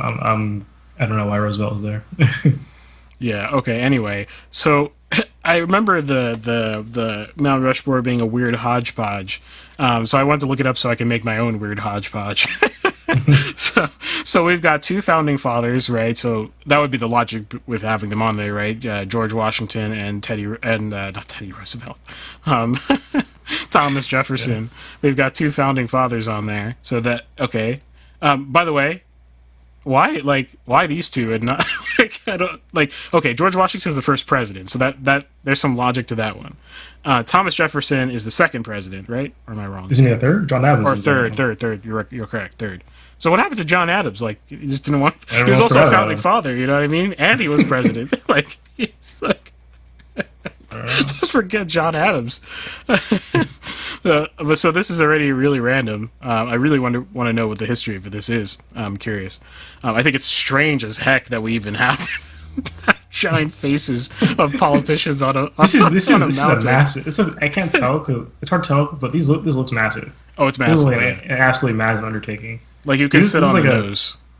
It's like a team who made this, or like a dude who just sculpted. No, he like sculpted it by himself, right? It's like a long thing you have to do. Yeah, I don't know. Wow, Rumble has been weird lately. Like random instability on streaming. I don't know if it's like their servers are more stressed, but right now I'm having intermittent connection issues on Rumble. So please, I know there's some people watching Rumble right now. It's not my end. I've troubleshooted it. My literal debugger that my live editor has it says it's a received error. Like, there's a continual packet request. So it's not me. And it doesn't happen on the YouTube side. So good for Rumble for being so busy that it's breaking. But it's not my fault. Okay. So yeah, so there's two founding fathers. We've got I guess the post Civil War president, or the president of the Civil War, I guess. Abraham Lincoln's a very interesting human being. But if you want to like frame it as like a post Civil War thing, that's that. Now Teddy Roosevelt, I don't know how to like. He's just a big personality, you know what I mean? Like, how do I like? How do I relate him to the others who are here on the mountain? Maybe I won't try, and he'll just be the wild card in my list. Okay, so Mount Rushmore of filmmakers now. So who would be the George Washingtons and Thomas Jeffersons of film? So I won't take it too literally as to go to like the very beginning, but I will say Alfred Hitchcock kind of gives me like George Washington vibes. Like, you know what I mean? Like, it's kind of like the father of thrillers. And thriller as a genre is a gigantic genre that encompasses so much stuff nowadays: political thriller, horror thrillers, like, all kinds of stuff. So the father of tension, right? So we'll put Alfred Hitchcock there. Who would be the Thomas Jefferson? Who would be like the freedom maximalist of freedom as highest virtue person, amongst film? Who's like the most? Maybe Terrence Malick. Although they probably would disagree about almost everything else. Terrence Malick is a pretty like loosey-goosey filmmaker, but he's not old enough. I'll come back to that. Abraham Lincoln. So I think instead of post Civil War, I'll think about let's see. What's a good turning point in film history? Is there a point where you had like two large divided sides that became one? I mean, I guess we could do like Marvel versus DC, but I ain't doing that. That's not good. That's not good. That's disrespectful to Lincoln himself. One of these has got to be Walt Disney. Even though I hate Disney Corporation, Walt Disney is clearly, How about like animation versus live action? Bringing animation into, I guess that's not really like unifying in any real sense. Okay, Abraham Lincoln is Walt Disney, even though they're not comparable human beings whatsoever. And Teddy Roosevelt. Kai says Roosevelt was big on parks and helped with a canal. Turns out Abe Lincoln is just Joss Whedon.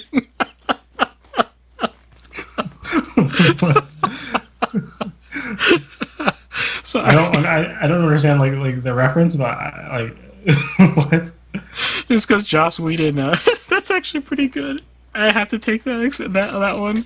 It's because Joss Whedon was like heading like Marvel projects, and then he was recently hired by DC. Oh, okay. That's too good. Like I can't ignore that one. So Joss Whedon's gonna be Abe Lincoln, I guess. And then Teddy Roosevelt. I don't know. Who's a wild card? Complete Quentin Tarantino. What am I even saying? That's obvious parallel right there. Like just completely random, and also just a force of nature. With his whatever you learn in history class, his big stick diplomacy. I'm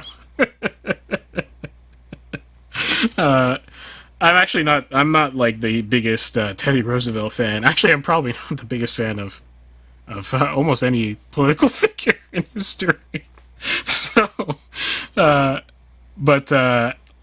yeah. So there you go. That's the way I'll do my Mount Rushmore. Because if I just did my 4 favorite filmmakers, that would be boring. Or 4 most important. Even that's kind of boring. Let's see what other people said. So we've got Hawks. You make me feel dumb. Who the heck is Hawks? I do not know. Let's see here. Oh yeah, they're going old. Oh, so they're kind of doing the same thing. Oh, okay, I see. Hawks, Mamau, or Murnau. I can't read.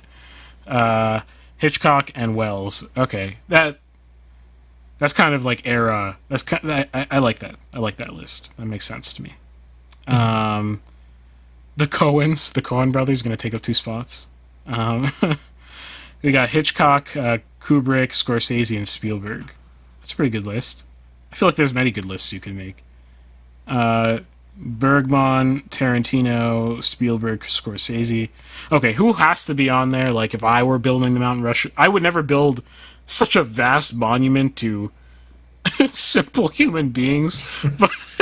But if you forced me to make a mountain-sized monument of a human, who would have to be on there? Scorsese would definitely have to be on there. I would do a wild card crazy thing, like put Malick on there, even though a lot of people get mad at me. I'd put Malick on there. And then I'd probably put Hitchcock, even though he's an interesting person, but very important to the history of film. And who else would I put? Someone said Kurosawa. Come on, this is an American monument. We're like, oh wait, we can't have Hitchcock then. No. Nix Hitchcock. Forget Hitchcock. Is Hitchcock British? Yeah, he's British. Okay. So, although he moved to the United States, does that count? I don't know. Well, George Washington was born in the United States, right? I have no idea. I think he was. I don't think he's British. Okay, I'm overthinking this. 99 Crime says, we need a Mount Rushmore, but for S posters and internet videos. Yeah. Hitchcock became American. Yeah, that's what I said, but I don't know if that, I don't know if that counts or not. Maybe it does. If it does, then Hitchcock goes on there. Well, okay, how about this? George Washington was born in the United States, but when it was a British colony, right? Oh. He was born in, it says, Virginia colony. So, I don't know if he that's became complicated. American, right? Yeah. Yeah. Oh, 99 Crime says George Washington was not born in the USA. Oh, I assume colonial. Yeah, Virginia, it seems. Kai, no. If he couldn't be president, he can't be on Mount Rushmore. Well, by the constitutional amendments as we have them today, he could be president today. He just has to be a naturalized citizen. So, if I don't know if he was naturalized or not, but that's the 19th Amendment basically makes that a reality. Equal protection under the law. So, See. yeah. So yeah. True 909. Okay. Anyway, that's my Mount Rushmore takes. A little bit of Rushmore trivia. It was originally supposed to be, so essentially it was planned as a tourist attraction, basically. It was supposed to depict characters from the Old West originally. So Lewis and Clark, Red Cloud. Do you know what that is? Do you know who Red Cloud is? Oh, isn't that the person who led them, or whatever? Leader of the Oglala Lakota, a Native American tribe, it looks like. I or something. Interesting. So he's supposed to be on it. Sacagawea was supposed to be on it. So what happened? And John C. Fremont, some explorer, and Crazy Horse, who was also a Native American person. I don't know. The Wikipedia says, that Borglum, is Borglum the guy who made it? Who's Borglum? Oh yeah, Borglum was like the sculptor who was hired. So originally it was supposed to be, he didn't like come up with the idea or whatever, right? So he's hired to be the sculptor for it. They're like, hey, do these, and he was like, no. I will do George Washington, Thomas Jefferson, Abraham Lincoln, and Theodore Roosevelt instead. So he decided to do all four. Yeah, it seems so, yeah. And it says the 4 presidential faces were said to be carved into the granite with the intention of symbolizing, quote, an accomplishment born, planned, and created in the minds and by hands of Americans for Americans, whatever that means. So I mean, that's cool. Like I'm that's cool. That's cool with me. The local tribe did not like that because the local tribe was Red Cloud and Crazy Horse. So they were like, wait, what happened to us? Yeah. Well, create the mountain in images of heads of state. Why not? Politicians. Anyway, before I go on a tangent. Let's see. So this is the one I picked for myself, and it's a little bit longer. So it says, hot take. The best way to adapt The Great Gatsby into a movie today would be to set it in the present rather than 1920s. Now, at first, I was just going to pass this off, but the text was long, so I actually read a little bit into it. And I was like, actually, this is kind of interesting. So it says, inspired by some of the debate I saw about Baz Luhrmann, who's the director of The Great Gatsby, Baz Luhrmann's Elvis in a thread a while back on r/movies, specifically concerning his use of deliberate and anachronistic music choices. This got me to think about his adaptation of The Great Gatsby and what I felt was its Achilles heel. I believe that anachronistic mean like modern, like modern, like it just means there are things in it that aren't appropriate for the time period that it's gotcha. out of time. Yeah. I believe that that Luhrmann's film missed that point of F. Scott Fitzgerald's novel, and what's more, its missing the point was perhaps inevitable given how his brand of stylization interplayed with the source material's plot, setting, and themes.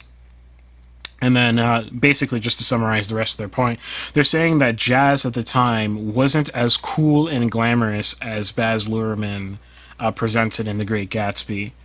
And then their sort of thought experiment after that is, what if they, obviously we're not going to go through this whole thing, but what if he made the film in today's time? I don't remember if he talks about music at all in here. I wish Ben was here, actually, for this. This would be good for him, too. But in any case, though, I thought this was interesting just because it made me think a little bit about what the effect is of the choices of Baz Luhrmann in The Great Gatsby were. So I'm actually like, I really like The Great Gatsby. I think it's a great movie. It's one of the movies I saw while getting into movies, and it's one of the most different movies I saw in terms of style. At that time, it was especially striking. If you haven't seen a Baz Luhrmann film, just go look up even the poster. Like, you immediately understand, like, it's going to be a different visual experience. Or that classic meme of everyone's seen this meme of Leo raising the glass with the fireworks behind him. That one. Yeah. Miles says, which I think is Alex, says, would Mount Rushmore qualify as idolatrous? I mean, honestly, obviously, tongue in cheek, and it depends on the intentions, but like, you could not. I don't know if I would rather die than make a mountain-sized image of a politician. I'm not sure. Like, there are politicians that are worth saying good things about, but like, come on, mountain-sized, like, I don't know, man. Yeah, I'm not sold. Not sold. Let's see here. So let's dissect this. So, Real quick, I don't know if how detailed you're gonna go with it, but just in case you don't mention this, I have to mention the fact that this person gave equivalents for characters, which I think is hilarious. I was so caught off guard when he said, Jay Gatsby, because I was just skimming. I was like, I wasn't reading it. I was kind of just like, looking at it, right, looking at the block text. In my eye saw Logan Paul. I was like, what? I was like, hold up, let me read this now. It said that Jay Gatsby could be a warped parody of Jake or Logan Paul. A social media star from humble beginnings. He now presents himself as a baller to his a baller to his millions of followers and live streams, massive parties from his West Egg mansion. Daisy Faye, Addison Rae, or Lele Pons, whose name I feel like I haven't heard in like a decade or something. I don't remember who that actually is. I feel like I haven't heard that name in forever. Oh my gosh, I just remembered who it was. I was like, who is that? And it's a comedian, right? Is it a comedian? Isn't she like, yeah, she's like a comedian who like he's not very funny, if I recall correctly. Yeah, who I never understood. Oh, it says a brainless beauty. Oh. Man. Not my words. I don't know who this is. Okay, it's out of the jazz age. It takes place against the backdrop of modern late 2010s or early 2020s influencer culture.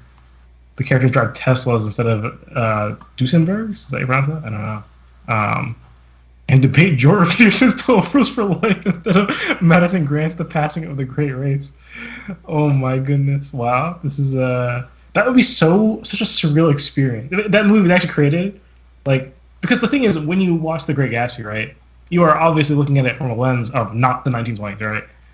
So if you watched like a version of that, like imagine if you're from the 1920s watching The Great Gatsby. That sounds like a really strange thing. You know what I'm saying? Yeah. Like, well, one, obviously there are creative liberties taken. Like, certain things like this didn't happen like that. Like these things are weird for our times too. But also like the way people would view you. You know what I'm saying? Like, because Great Gatsby doesn't like show a lot of things in a great light, right? Which kind of makes sense. It seems like there were not, a lot of things were not. There are a lot of things that were, there were great things happening, but many things that were not great that were happening, as with any time, I suppose, right? But maybe those weren't potentially as apparent, I guess, to people at the time, or like they were like, maybe exaggerated in the movie. I don't know. You know what I'm saying? However it's presented, right? It's like weird because like it's like, I don't know. I can imagine that being a very strange experience if like they made a movie and it was like Jake Paul, like I was like, what? This is commentary about like now with Jake Paul and Addison Rae. Yeah. That's a little meme worthy. This idea of putting those people as the characters. We'll come back to that though. I just want to talk about the original idea first of like, because if you don't know, in The Great Gatsby you have hip hop taking a lot of I guess center stage is the right idea in terms of the musical choices. I mean, there's like more traditional orchestral music in there, and there's also jazz come into play in the 1920s. No, it's anachronistic. That's their point. Oh, okay. But I was like, oh yeah, I forgot. I was going to say, that literally makes no sense. Yeah. I was like, we were way too early. So you have to remember, at the time that Baz Luhrmann made The Great Gatsby, hip hop wasn't nearly as mainstream as it is today, right? Like, at the same time, though, this made me think a little bit harder about his choices, because I did not listen to hip hop at the time that I watched Great Gatsby the first time, and I kind of went through a phase where I was like exploring like hip hop and learning about hip hop culture, and I'm glad I did it. Very culturally enriching, to understand hip hop, its roots, and all this kind of stuff. Very interesting stuff. But anyway, but in either case, because I didn't understand, it was more acceptable, some of the music choices that he's making, and I did not think about this until just now, in terms of how it applies to the movie. Because I think maybe the reason this person thinks that it comes off as glamorous is because he picked glamorous hip-hop artists to feature in the movie. So the prominent ones is Jay-Z. Do you think of like underground, like, I mean, this at Jay at the time, this is like, we're talking about like mid 2000s, right? Or like mid late 2000s, something like this. Like this is like Jay-Z's already like, he's already made it to like, the mountaintop, you know what I mean? In terms of, there's no undergroundness of Jay-Z, you know what I mean? And Beyonce, who is more on the R&B side sort of thing, but still, Beyonce, you don't think of underground when you think of Beyonce. You know what I mean? So now, in like retrospect, that I think about this, I'm like, you know what? Hip hop is not necessarily the wrong idea because we're talking about New York in a emerging art scene, and that makes a lot of sense in comparing it to hip hop. You know what I mean? But at the time, you picked the wrong artists. That's the first error to sort of feature in that sense. I guess they kind of bring a sense of glamour to the richness of Great Gatsby, but the reason he did hip hop was not the glamour; it was to be underground. So there's a conflict in messaging going on there.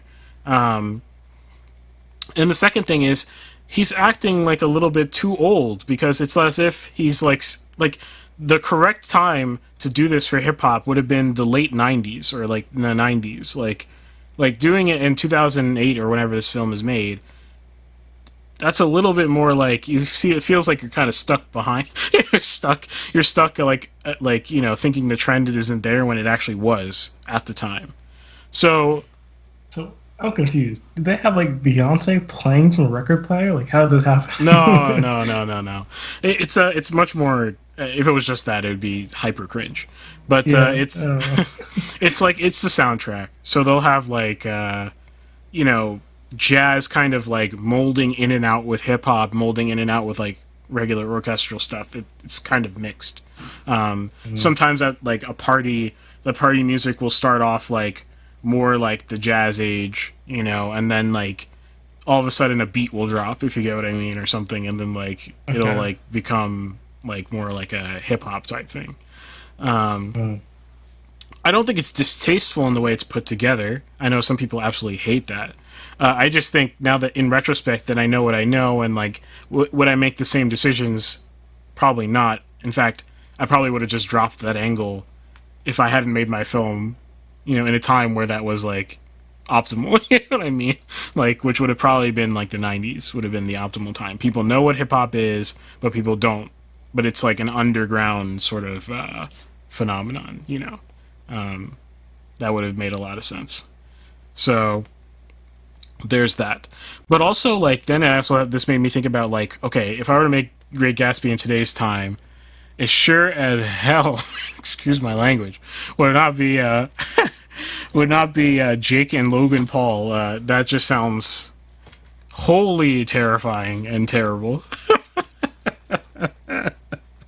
I don't even think those characters really are equivalent at all. Like, none of these characters are equivalent. Like, if you think Daisy is just an airhead, you need to go back and reread The Great Gatsby. This isn't r/books. I'm disappointed in you. Like, yeah, she's not smart, but like she's like you've got the angle all wrong. Like, you just got the angle completely wrong. If you're saying that the movie didn't understand the book, but reading your description makes me question whether you understood the book either. So I'm not sure. But a lot of the point of the book is in these deeper moral values that kind of expose themselves only at the end of the book in retrospective, right? So, like, you have the main character who is sort of infatuated with the lifestyle and all this kind of stuff. I won't recap the book. But at the end, there's sort of, not spoiling anything, there's sort of a come to reality moment where all the glamours become obviously vapid. Every single person that he thought he would like is vapid. His own cousin, who's Daisy, is vapid. Great Gatsby, in ways that he didn't appreciate before, is vapid. You know what I mean? Daisy's husband, Tom, is vapid. The person Tom is cheating on Daisy with, they're all just... And he himself is left thinking, effectively, like, am I just the same? And what is the point of any of this? What's the point of life, right? Like, we really zoom out at the end of The Great Gatsby. All right. Great book, by the way. Highly recommend. But if I were to redo it in modern day, which I don't think I would even attempt, the problem is that our moral structure has changed. I don't think we'd interpret the movie being in the past. I think actually like benefits it in terms of its messaging, if that makes sense. Like, we can sort of feel free to release our modern expectations of what lessons we should get out of the film, and instead just like allow the film to be what it is because it's set in a different time. But if I had to, it definitely, I don't know what it would be. I'd but it definitely would not be hip hop, especially today. I don't know what underground music would be today, and it wouldn't be influencer culture at all, because we would say, what's wrong with what they're doing? That's, frankly, most people would just say, that makes sense to me, you know? So, yeah. There you go. Kai says, is there also some dubstep? No, I don't think there's I think I would have remembered that if there's dubstep in the movie. I've seen it like 3 or 4 times. I don't think there's dubstep. I highly recommend the orchestral soundtrack is absolutely pretty to me. I don't know if that's a hot take. Ben should tell me later. But the orchestral soundtrack is fantastic. 99 Crime says, Great Gatsby Crypto Freak remake.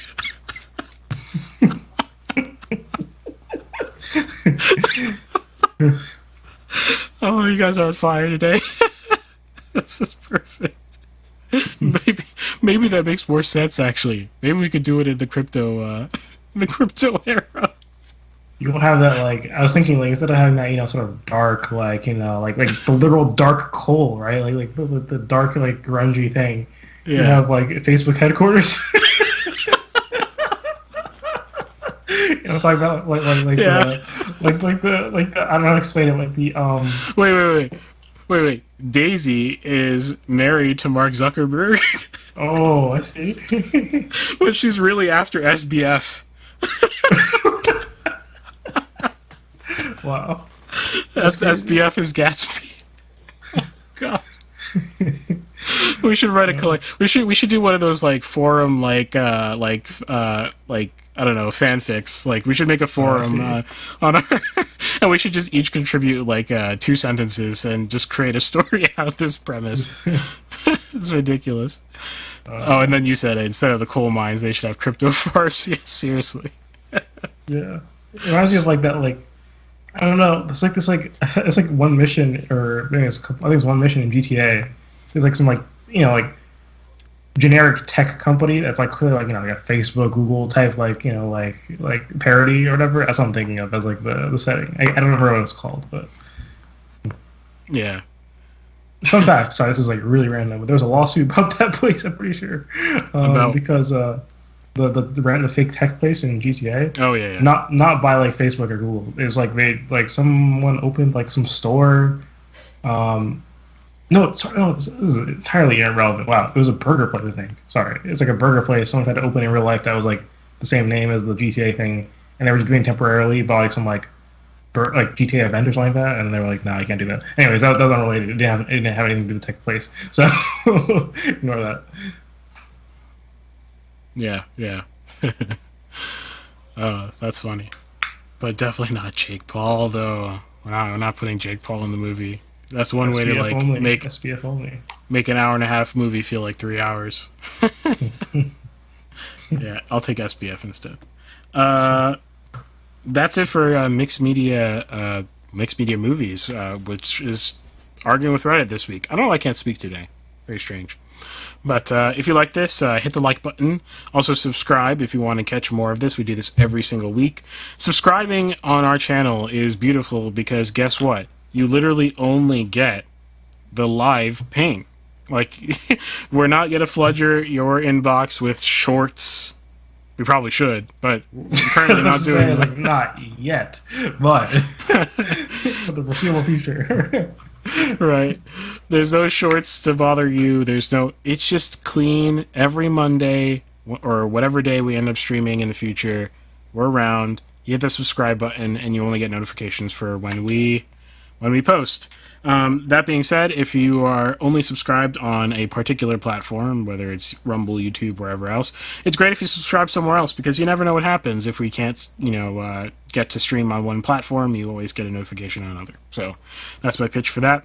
And then also check out all the other episodes that we have, especially in our arguing with Reddit if you enjoyed this one because there's some fun hot takes throughout the history of the show. So definitely go check that out. Oh, and then lastly, we'll certainly continue this conversation, maybe by creating a fun thread to explore the story that we just came up with on our Discord. There's a link in the description if you want to check that out. But don't leave yet, because we have a last segment of the day. One thing. Oh, go ahead. An interesting idea might be that I don't know how I don't remember what prompted this, but like for reviews, maybe it'd be interesting if someone picks something for someone else to review. You know, something specifically that they don't normally consume, like whatever type of media it is, right? So, unless you're telling me to play League of Legends, I will not do that. But like maybe, I don't know, for you, I don't know what type of you don't watch, but okay, something that's like we also like those. So, like, we probably shouldn't say like, oh, watch like Avengers or something. Oh gosh, probably not like Don't make me. But yeah, that would be something interesting to do. If you can recommend me a good rom-com, I've only seen like one. So like, I don't know. I don't think I've ever. If we play this game, that's a hint to whoever ends up having to pick my my movie. Is that recommend some good rom-com, because I haven't seen. I feel like for expertise reasons, Ben should pick a movie, you should pick a video game, and I should pick a song or an album or whatever, some musical collection. Yeah. Kai says sounds like sounds like Nathan has a League hot take. Oh my goodness! I don't know if it's. I mean, where do I start? I don't know if it's a League hot take or I don't know if it's a hot take because many people don't like it, right? But like, it's not good. I don't know. Let's say. Yeah. Alex says 1,000 tiny perfect things. Oh, is that a rec? I will have to go check that out. Yeah. I want to love every genre equally. Well, that's not true. I don't necessarily want that. I want to have an equal, I want to be on an equal footing, if that makes sense. I don't know how else to phrase it with every genre, where I've given all of them the correct, attention and, attempt at appreciation, even if I don't appreciate them all. So, rom-com. asked, what was the good rom-com that you watched? What was it? I feel like it was actually not that long ago. It was within the past 2 years. Is it the Shakespearean one? Yes, you're correct. 10 Things I Hate About You. Yeah. It's not like I'm not in love with the film or anything like that. It was just way better than I expected. I think I gave it a 3.5 out of 5. Not bad. And the reason why I think it was not bad is because it was Shakespeare, basically. So, 99 Crime says, have you seen Crazy Rich Asians? I think that one might be an interesting watch. No, I have not. But I really don't know anything about it either. I just remember when it came out. Kai says, yes, 10 things equals awesome. Okay, so I'm not crazy. I think I gave it 3.5. Maybe I gave it a 4 even. I don't remember. But I wrote an article on it. If you look up 10 Things I Hate About You, Irving Nestor, there's a personal article I wrote on the story structure and how successful it is at bringing rom-com out of the depths of hell. so there you go. Okay, that's enough for that segment. Oh, Nathan with the link real quick. Wow, that was fast. Oh, yeah, I got the fingers on the keys. I'm a gamer. Fingers on WASD at all times. Oh my gosh. Okay. That's it for this segment, but don't leave just yet, because Nathan's got his segment coming up where he's going to be reviewing game. He's a game dev, so it's not just some random guy. You got to stick around for that. And he'll be talking about Omega Strikers. So in a moment, I'm going to transition. Here we go. Mixed Media Gaming. Welcome to Mixed Media Gaming. Today I'll be reviewing a game called Omega Strikers. It's kind of well-known, kind of not well-known. I guess it depends on the sphere you're in. But I found this game through a friend, and I'll be doing a sort of, not a full review, more of a first impressions thing. So it won't be too long and not too detailed, but interesting nonetheless. Before we start, let's reintroduce ourselves. My name is Nathan Nestor. I'm a 3D modeler and video game developer. Yes, and my name is Irving Nestor. I'm a filmmaker and media entrepreneur. I own a company called Ariella, based out of Mount Carmel, Pennsylvania. And normally we have Ben Costello with us, but he is not here at the moment. He is our resident composer and instrumentalist. So, yeah. If you have never seen this podcast before, we just talk about all things art. Sometimes we do reviews like this. Sometimes we look at some Reddit hot takes and respond to those. Sometimes we talk about random topics having to do with our fields. But yeah, I'll be reviewing this game. So Mega Strikers came out in 2020. Oh, I'm having conflicting information. Wow, that's a great start. One source says 2023, one says 2022. I don't know. It came out relatively recently in the grand scheme of things. It's well, Irving, I sent a video you can play, by the way, of the game. Oh yes. I forgot. Will do. Yeah. It's kind of like so the developers have cited Rocket League and oh man, what was the other game? Rocket League and Poorly Prepared. I decided, hey, this time I'm gonna do a thing where I make like some very vague notes about various sections. So we're on the background section, right? I probably should have wrote some details about the background because that's the part that actually requires specific details, you know. Yeah.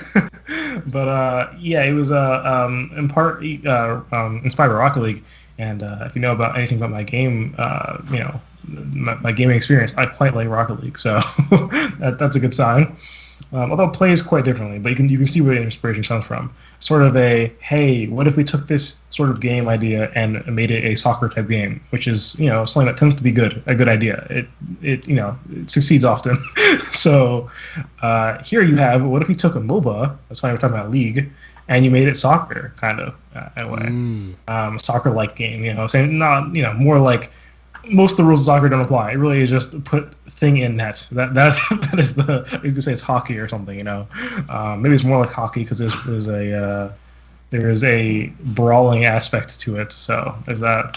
Oh, okay. So as you can see, this game sort of has a pretty nice style if you're watching the video. Sort of anime-esque style and there's like, you know, some 2D art that's in the anime style as well.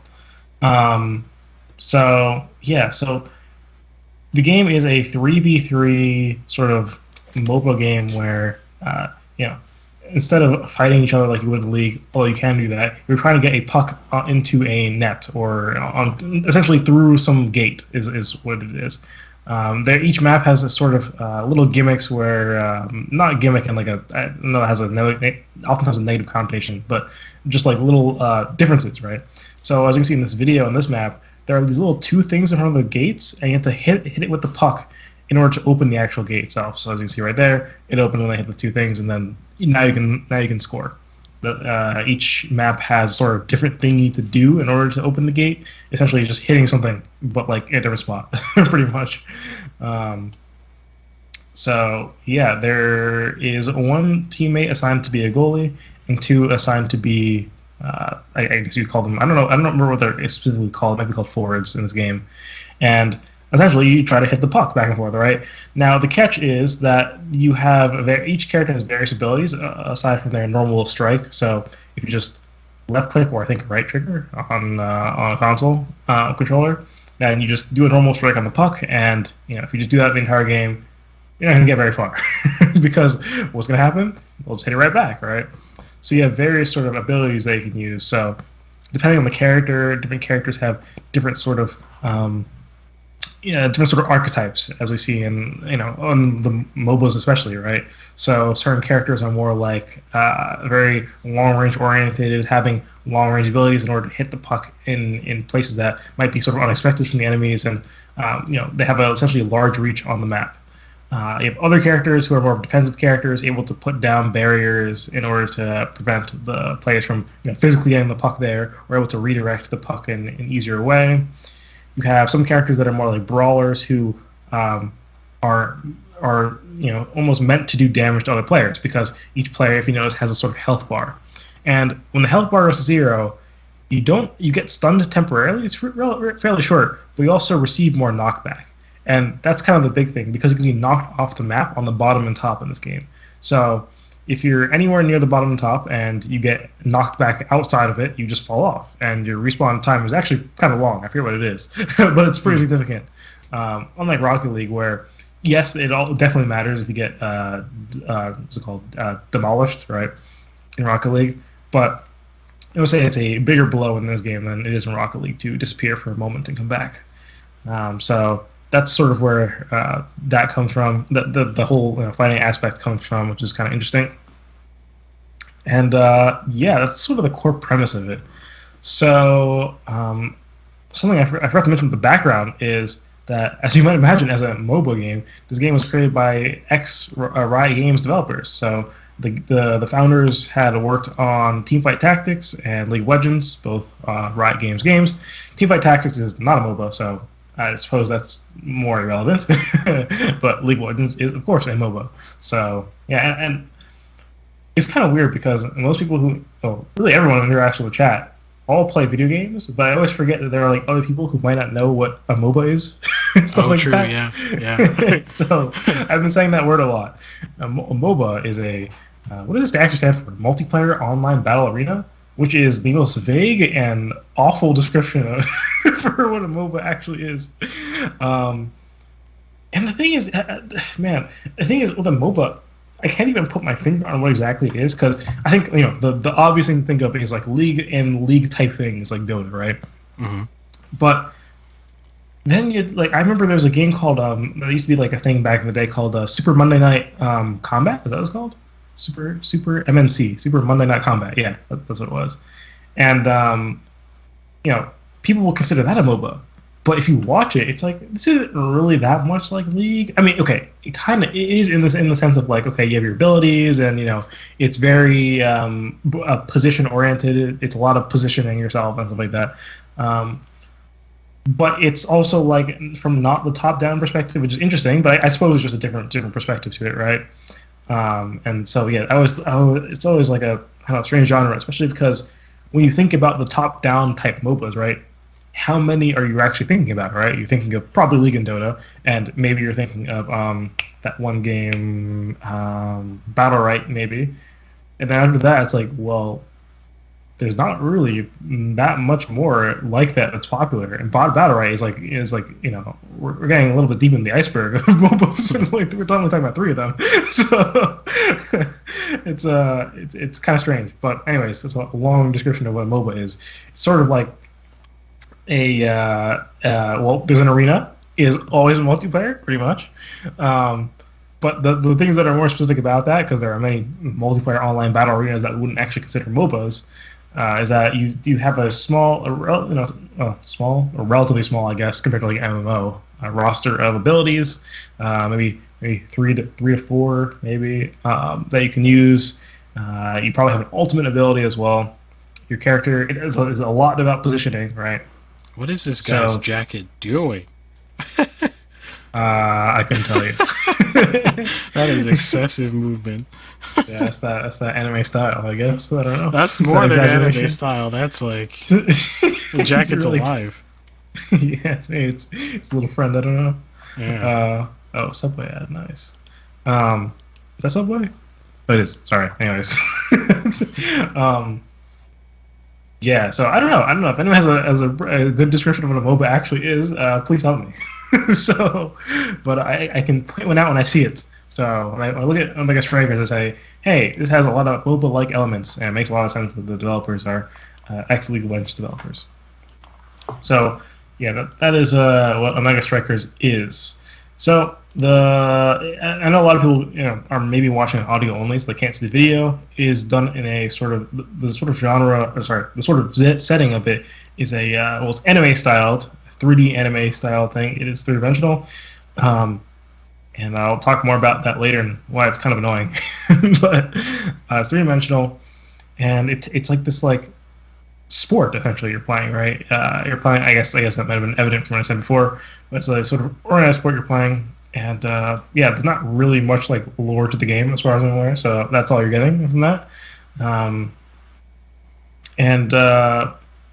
So the game's free to play, so it sort of took off for quite a bit of time. I think the hype is dying down a little bit now, but there was a time where it was like, oh, it's a really fun new free to play game, right? That looks pretty professional. So that was what was going on. And if you are watching a video, you can see the different gimmick on this stage is like the things you have to hit are on the side, on the corners this time, right, instead of in front of the gate or whatever. So this map I don't think is very different. I think the most different one I can think of is one was like literal like black hole thing that spawns in the center that like sucks the puck in. Like it doesn't suck it in; it sort of changes its direction. It affects where it's moving if it moves through it essentially. But yeah. So Alex said, "Oh, go ahead." Yeah, Alex said, "I used to be good friends with the guy that made the very first MOBA, Aeon. Is that pronounce it? Aeon of Strife. Back in the StarCraft Brood War days." Oh wait, is this the StarCraft mod? Is this the StarCraft mod? Because I think I know what you're talking about. Which would go on to would it be Dota that was like made off of it or something? I don't know my MOBA history, but that sounds about right. I could be wrong. Please correct me if I'm wrong. That's crazy that you know the guy. Defense of the Ancients came after. Is that what I'm thinking of? There was some like I feel like Dota has a lineage with StarCraft, right? And I think Dota comes from StarCraft, not like the current implementation of Dota. I'm pretty sure is not a StarCraft mod anymore. But if I recall correctly, Dota came from some other. Oh wait, what Warcraft 3 was it? Oh yeah, Defense of the Ancients. That's Dota. The letters Dota. Okay. So I am getting a little bit confused with my history, I suppose, but I'm somewhat correct. We're talking about Warcraft 3 here. It seems interesting. That's crazy that you knew the guy who made the very first MOBA. I'm curious, like how different it was and what we still use today from his work and what's changed and stuff like that. But yeah. So initial impressions, right? So initially, the learning curve is steep. So the game is quite simple. As it kind of is like that with a lot of MOBAs, right? Where it's like your tool set isn't that great. Well, maybe there are some. Okay, well I'll get to it later, I guess. But the core MOBA stuff, right? Like your just abilities and movement, right? It's very shallow stuff typically, right? I suppose you can have very complicated effects that abilities can do, but not in this game. They're pretty simple. But it leads to a lot of depth, and But it really just kind of throws you in there at the start. Now, at the start, there's a little tutorial, whatever. When you hop into your first match, I got decimated. It wasn't that I was confused, I was just bad at it. I was not used to it at all. And some of it may be because I'm used to mouse and keyboard, and I thought, this looks like it'd be better to use a controller with, because you can aim in like any, you can aim with a finer degree of accuracy, right? And you're not confined to aiming in the game with mouse and keyboard with the mouse, so that wasn't the issue. Rather, movement, you're not confined to 8 directions of movement. You can move smoothly, I suppose. And I was like, oh, well, it seems like that game that doesn't have that many buttons in it, which, means that on a controller wouldn't be too bad. So I was like, okay, let me try it out. I am not used to controllers at all. I realized it's like a weird like brain like disconnection when I try to use a controller. Where it's like, yeah, I can play it, right? Like it's not that bad. But like I'll like forget like all the time, like, okay, this ability on this trigger or this bumper, like which one is it? It's a very strange thing. I don't know why when it's just assigned to letters, I suddenly just get it immediately. I'm like, oh, this is key, obviously. Like how can I forget that? I don't know. But like when I try a controller, it's like bumper, trigger, left or right? Like which one is it? I'm not entirely sure like what causes that. But yeah, I have that issue. Eventually I tried with keyboard and it was a little bit easier, but the learning curve was still a bit steep for me. There's also a lot of text that just shows up. So one of the things that is common in MOBAs is items, right? You can buy items or get items in some capacity that sort of affects your gameplay in the future. It might have, always going to have some sort of buff or something like that. And for the remainder of the game, likely you will have that item and you'll see its effects. Usually they're relatively minor effects that may stack up and become more important later in the game. But so Omega Strikers has something similar, where if you're playing quick match, essentially you get like one option before the game starts, an item you can pick, and then the items are randomly generated, like essentially which ones you can pick. So you can't pick from the whole roster of all items, I think, if I understand correctly. And so in terms of that you eventually just learn where they all are, and it's not too bad. But when you're playing on outside of quick match, like a normal match, casual or competitive, it's essentially I forget how many rounds you have to play. You can play multiple rounds, and it's best of 5, right? Or first 3, I suppose. And you play multiple rounds, and between each round, you have this little selection screen where you're supposed to select an item or a buff to pick. There are a lot of things you can pick, and there's a lot of text, and the time to pick it is extraordinarily short. You just on your first, if you're playing it, you're just not gonna know what you're picking. You're gonna be looking at things really frankly, like, okay, is this something about like damage or knockback? Okay, I mean, sure. I don't really know what this does exactly. It's essentially working up every match, like reading 2 more, and being like, okay, my knowledge base is increasing of items, right? The thing is, then you might forget what one does, and you got to read it again or whatever. And it's a little bit. I still have not gotten to that point where I'm like, oh, I know what all these things do. I'm always like really quickly like, okay, where are all these things? And like hover over real quickly, get a little refresher, and then I can go and play the game. I suppose I don't really know what the actual solution to that is, because I guess waiting through 6 people picking, because you pick one at a time. Because once you pick one item, nobody else can pick that item, so you get to pick one at a time. So I suppose. If you have 6 people picking, it could take a little bit of time if you actually gave them time to read the entire thing. So, okay, I suppose that's fair enough. I'm not entirely sure what the solution to that would be. Maybe a page that would let you read all the possible items before you're in a match, right? Just so I can maybe in a queue, just read it in my free time, right? Just look at what it is, rather than having to just wait to being put in a match. That'd be nice. But yeah. So also something that initially noticed was it has Rocket League syndrome, where probably worse, where people just quit on the first sign of failure. I don't understand why. I don't know if this is necessarily the developer's fault. I suppose they could have implemented some sort of penalty to leaving. I haven't left a match, so I don't know if there's actually penalty to it. But if there isn't, maybe they should add one, because people leave all the time. Maybe not so much in ranked. It's one of my biggest pet peeves about Rocket League. Especially in ranked, people do it way more often than you'd think, for being a ranked match, Right. It sucks. It's it's bad. I don't know. It's especially and then your elo never reflects it. You don't get any you just get punished.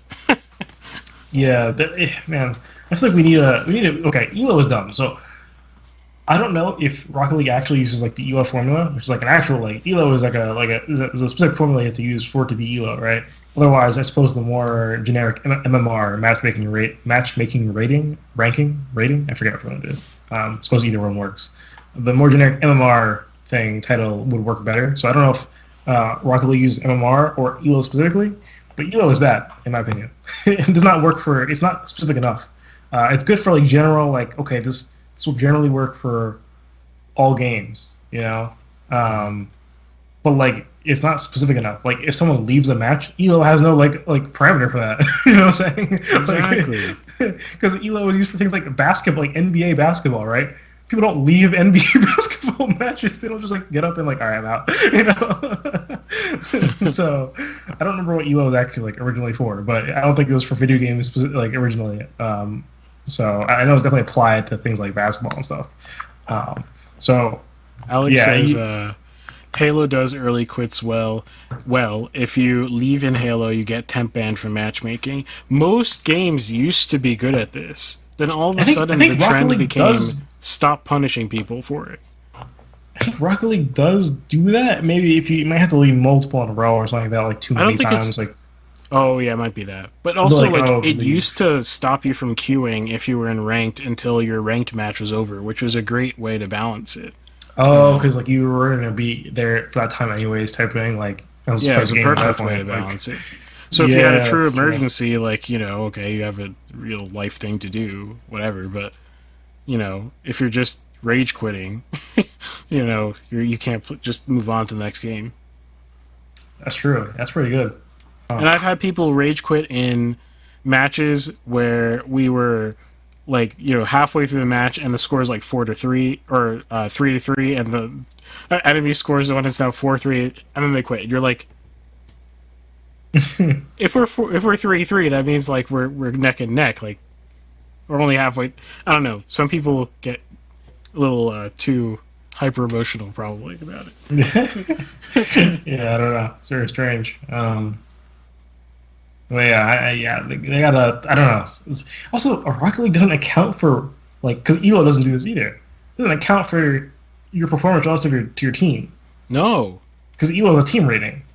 I think So- that honestly, it's like most of the frustration of ranked in Rocket League is literally the fact that there's no way to divorce yourself from your team, like in terms of like performance, which that's good and meritorious in a lot of ways because then it forces you to have to care about the team, you know.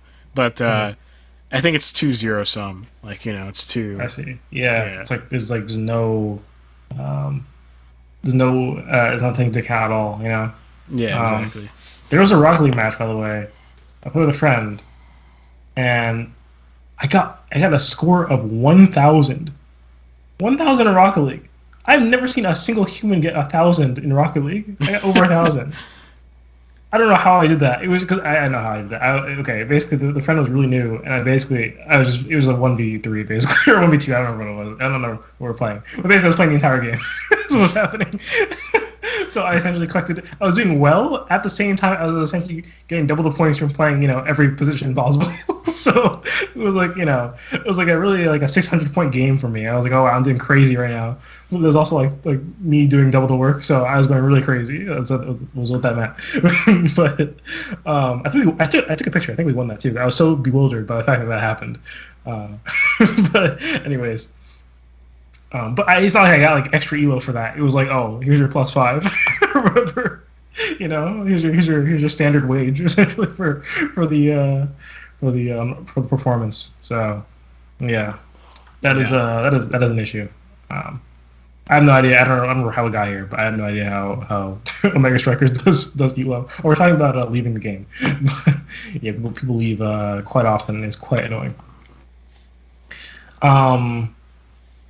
So another initial impression. So visually speaking, I mentioned the fact that it's 3D. So this is a general thing, issue I have with like the 3D anime style, right?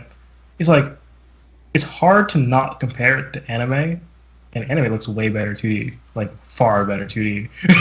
that is certainly its native style. Consider if you watch an anime and they have like some 3D thing, you're always like, oh, get it away, it's so bad. You know what I'm saying? It's like you go from this nice. It doesn't have to be like a good, like well-made anime in terms of visuals. It's just like the moment you see 3D, it's like it's definitely worse. Like they just made 2D. I've never seen 3D better than 2D in anime. I'm sure I also have not like the biggest watcher of anime, so I'm sure there are cases where like, oh, that 3D was crazy, But Yeah. in my personal, clearly, from my helping of anime, it is typically worse for it to be 3D. So a video game in the anime style, which is so really, I mean, is it anime? It's cel shaded, which makes people think, oh, it's like immediately anime. I don't know. I mean, maybe I suppose we got like the 2D art is anime-ish, so I guess. I guess they're going for an anime type thing, but yeah, it's kind of like when I play LA Noire. One thing I noticed is I compare it to movies because it's called LA Noire, right? So I think about movies and all the time, like I mean, a little spoiler for the review, but I'm like, man, like this is this is not compare. This is not compare at all in certain regards. It's it's like specifically like narratively, right? Because it's called LA Noire. Yeah. It's like, what is this? I don't know. I just clicked around the video.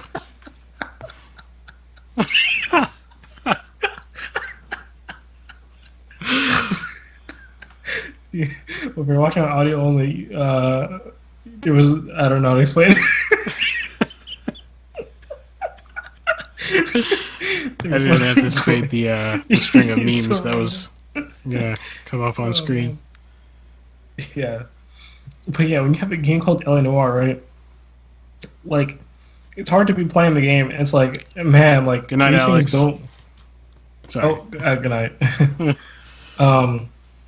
is hard to like not make comparisons with like like an actual like even if I've never like I don't know if I've actually ever watched like a proper noir movie, to be honest. Which compared to movies in general, like knowing like even if I haven't watched a noir, like I know the movie like a movie could do this better. You know what I'm saying? Like it should be better at this stuff. But anyways, so yeah, for the visual stuff, it's like man, like I'm watching this right, and I feel like in the game it's not as bad. Like when you go like the main menu and you see your character, and it's like, it's kind of a lot more lame than the what are these memes on the screen? I don't know, man. This is the danger of clicking on random videos. You never know what's gonna happen. Oh my gosh. Yeah. Yeah. When you're looking at these characters up close and stuff like that, it's like, man, I wish there was like some like nicer way of having a 2D anime style, but like in game without having to draw like every frame of possibility for the character, right? Like that'd be crazy. That wouldn't be possible. So, yeah. 99 Crimes. Oh wait, I missed the feed chats actually. Mm-hmm. Alex said, "Yes, I hate 3D in anime. I totally agree. Even computer-generated animation can be terrible." 99 Crimes said, "Land of Lustrous is the exception. It looks incredible in 3D." Oh, I've never seen that before. Let me just open that on the tab so I don't forget to look at that later. A lot of 3D anime creators insist on running at low FPS that do not look right on 3D. It makes the shows look weird and jerky. Most 3D video game cutscenes look better than 3D anime for this reason. Interesting. Then Alex said he has to go. Okay. Land of Lustrous, Japanese. Okay, it's anime. Interesting. So yeah, I don't know if it's, but I feel like even. Yeah, maybe I don't know. Maybe I haven't watched enough anime. Maybe the frame rate thing is an issue. But as far as this, oh my gosh, this video. The thing is, I have no context for why this is happening. This person has 75 subscribers. Oh, hold up! I'm gonna bump that up. What is this? Hey, could you bump up our subscribers too? Yeah. Oh man. Yeah, link the video in the chat so I can we'll get it later. I'm just very curious, like what's going on. But so yeah, that's like with the visuals and anime style, I suppose. So yeah, in terms of controls and interface stuff like that, it's very user friendly. The controls are very simple and whatever. Nothing crazy. The UI is very clear. Only a little bit of it's only score at the top, time at the top, your best at the bottom. And I kind of wish your abilities were a little bit more apparent though, because sometimes you don't know, like you're watching the middle of the screen, right, where all the action's going on. You're focusing on that, and you're not looking at like the timer for like when your ability cooldown has gone away. So it'd be very nice to have that more information more present. I feel like it's not like when your ability is fully charged, like it plays like a noise or like a what game does this? I feel like it's a game that like plays like a noise. I can't remember what I'm thinking of. Like I feel like it's like a hero shooter. It plays a noise when your abilities like back up, or like has a little like Paladins has a little like visual. I think Overwatch 2 has a little visual like indicator, like a little like flash essentially on the ability when it comes back, if I recall correctly. Or that might only be for the ultimate. I don't know, actually. But regardless, any sort of visual or auditory cue of like, hey, one of your abilities is back would be nice. Instead of me spamming and hoping that it's back, not clicking on like, oh, it's not back yet. So I'm like focusing on the game. I suppose with time, you would kind of like feel it out, like how long abilities take to come back and stuff like that. You just figure it out like intuitively. But what's the point? When you could just be told, that would be pretty useful. Like the visual thing is there, like it literally shows you when it's done, but it's not very prominent at all, right? It's in the bottom, it's kind of small, and the color change isn't like the hue change. There's no hue change. It's like a what do you call it?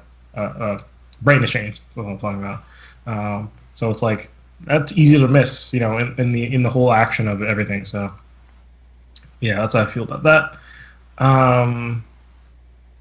In terms of the music, I don't remember the music that much. I remember thinking, main menu music is pretty good. It's pretty good for main menu music, I suppose. It loops pretty frequently, but like, hey, main menu. I'm jamming while I'm in the queue. So Yeah, I'm pretty sure the game has many composers. Especially think that each track might be individually composed and might not be like one composer for the entire game. I think I saw many composers listed. So, or it might be some sort of situation where maybe the songs weren't even made for the game. It might have been bought or something. I'm not entirely sure. But yeah, I think that's really all of my first impressions. As I said before, I don't have too many hours in the game, so yeah, those are some first thoughts. You have a score for it on whatever it's called? Backlogged. Yeah. I don't have a score for it on Backlogged. I actually have not been updating. I haven't looked at Backlogged in a very long time. But if I were to put it somewhere, like with the first impression, like because on Backlogged, I didn't rate games that I haven't played a lot. So, but I had to. Let's see, what was our rank here? So we have Warface is a 2-star. Okay. PlanetSide 2 is a 2.5. Blacklight Retribution is 3. Satisfactory 3. Yeah, maybe. Well, I don't know. It's hard to put it because I haven't played enough, I suppose. But I don't know. Maybe like a 2.5. Like a 3. Not that it's bad. It's a MOBA. It's not my thing. Even though it's soccer. Got that average rating. Well, I don't know. Is that how your scale works? Is 2.5 average?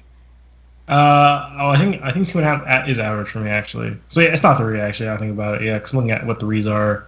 Yeah, it's worse than these. So not that that's that's bad, but yeah, maybe a 2.5. Why is Valorant 2.5? That's crazy. I think probably because the friend factor is pretty good with that one. I play with friends. But yeah, I was looking at my old reviews. I'm like, interesting. I'm surprised. Yeah, I do that all the time. Like Overwatch 2 is a 3. Interesting. I thought it'd be lower, but I guess now I think about it, like I guess it was fun. Like I don't know. Yeah. Sweet.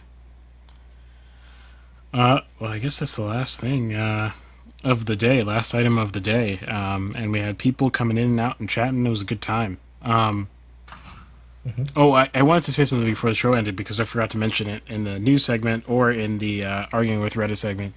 But I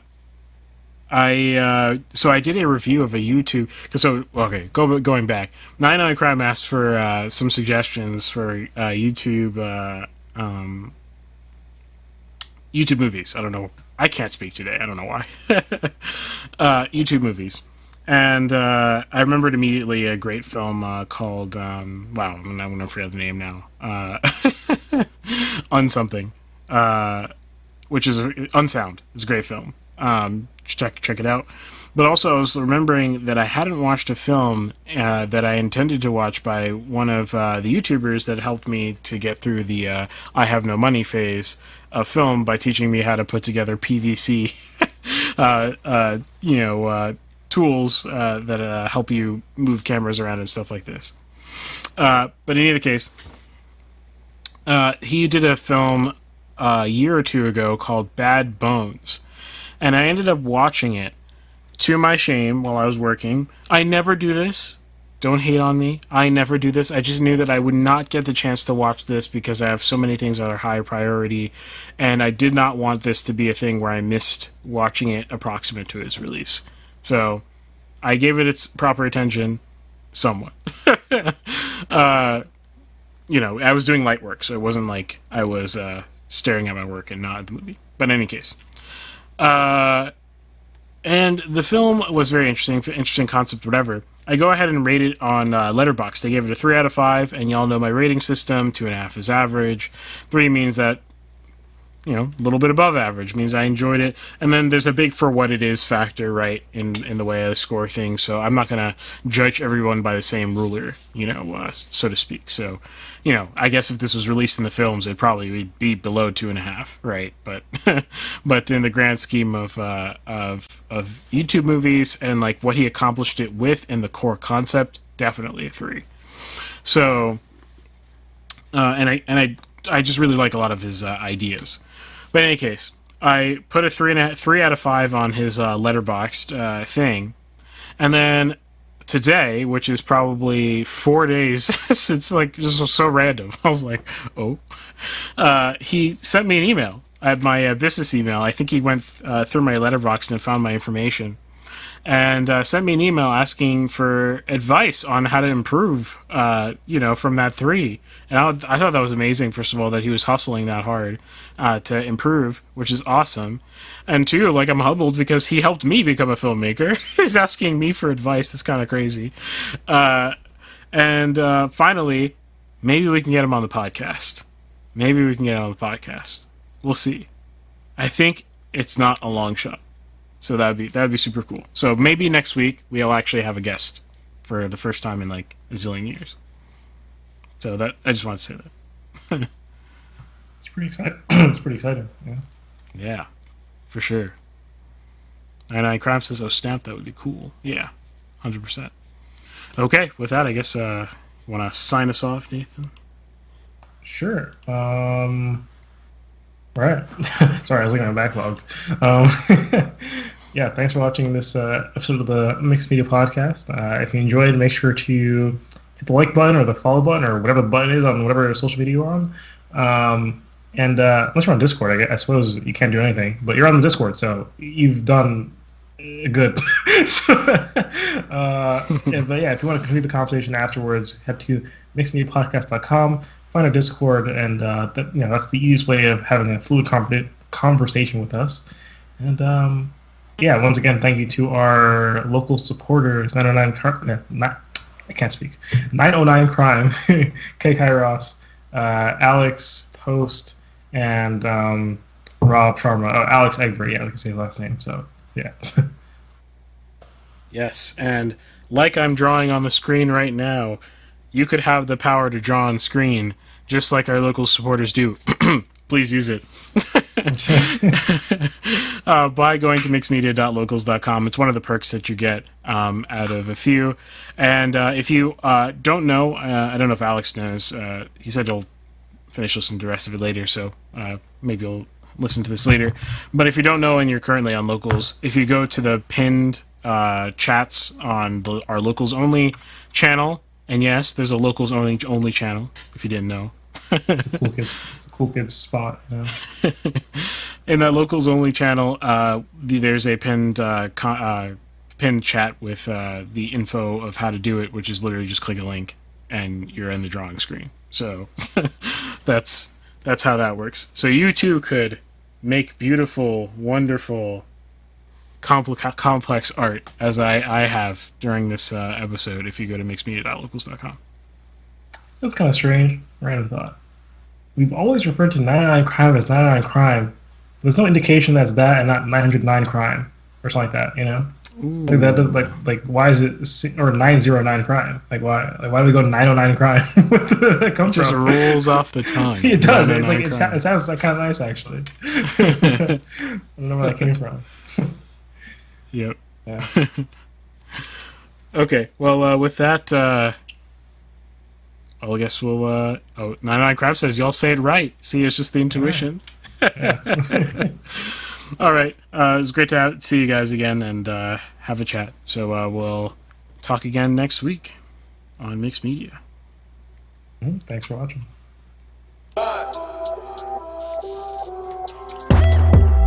Look, tell a man no trouble. I don't want beef, man. I just want vibes. Big man like me, no need for the telephone hype. I got too much getting online. One rule, then dead I'm on site. Wrong move, I bet they gon' ride. No need for the telephone hype, nah. No need for the snoozing. Big whip outside, I'm cruising. Big stick inside, no losing. Better watch out for the snake and Judas is. Don't ask them who this is. I bet they know what I'm moving in. I bet I show it into a dim. How you hate and then lose again? How you hating my vibes? Why you wasting my time? Getting hype on my line. Tell a man I don't want feedback, I just want relax. Brand new whip, two-tone, I need that brand new hit. You know, like lean back, brand new bits I live in. We back, man, you never gon' like us. Get them on sight now, let them on light. That way they know I'm all righteous. Look at my life, I'm living alright. I'm nice, you know I'm alright. Cause looking like Christ, no need for the hype or fight or telephone vibe.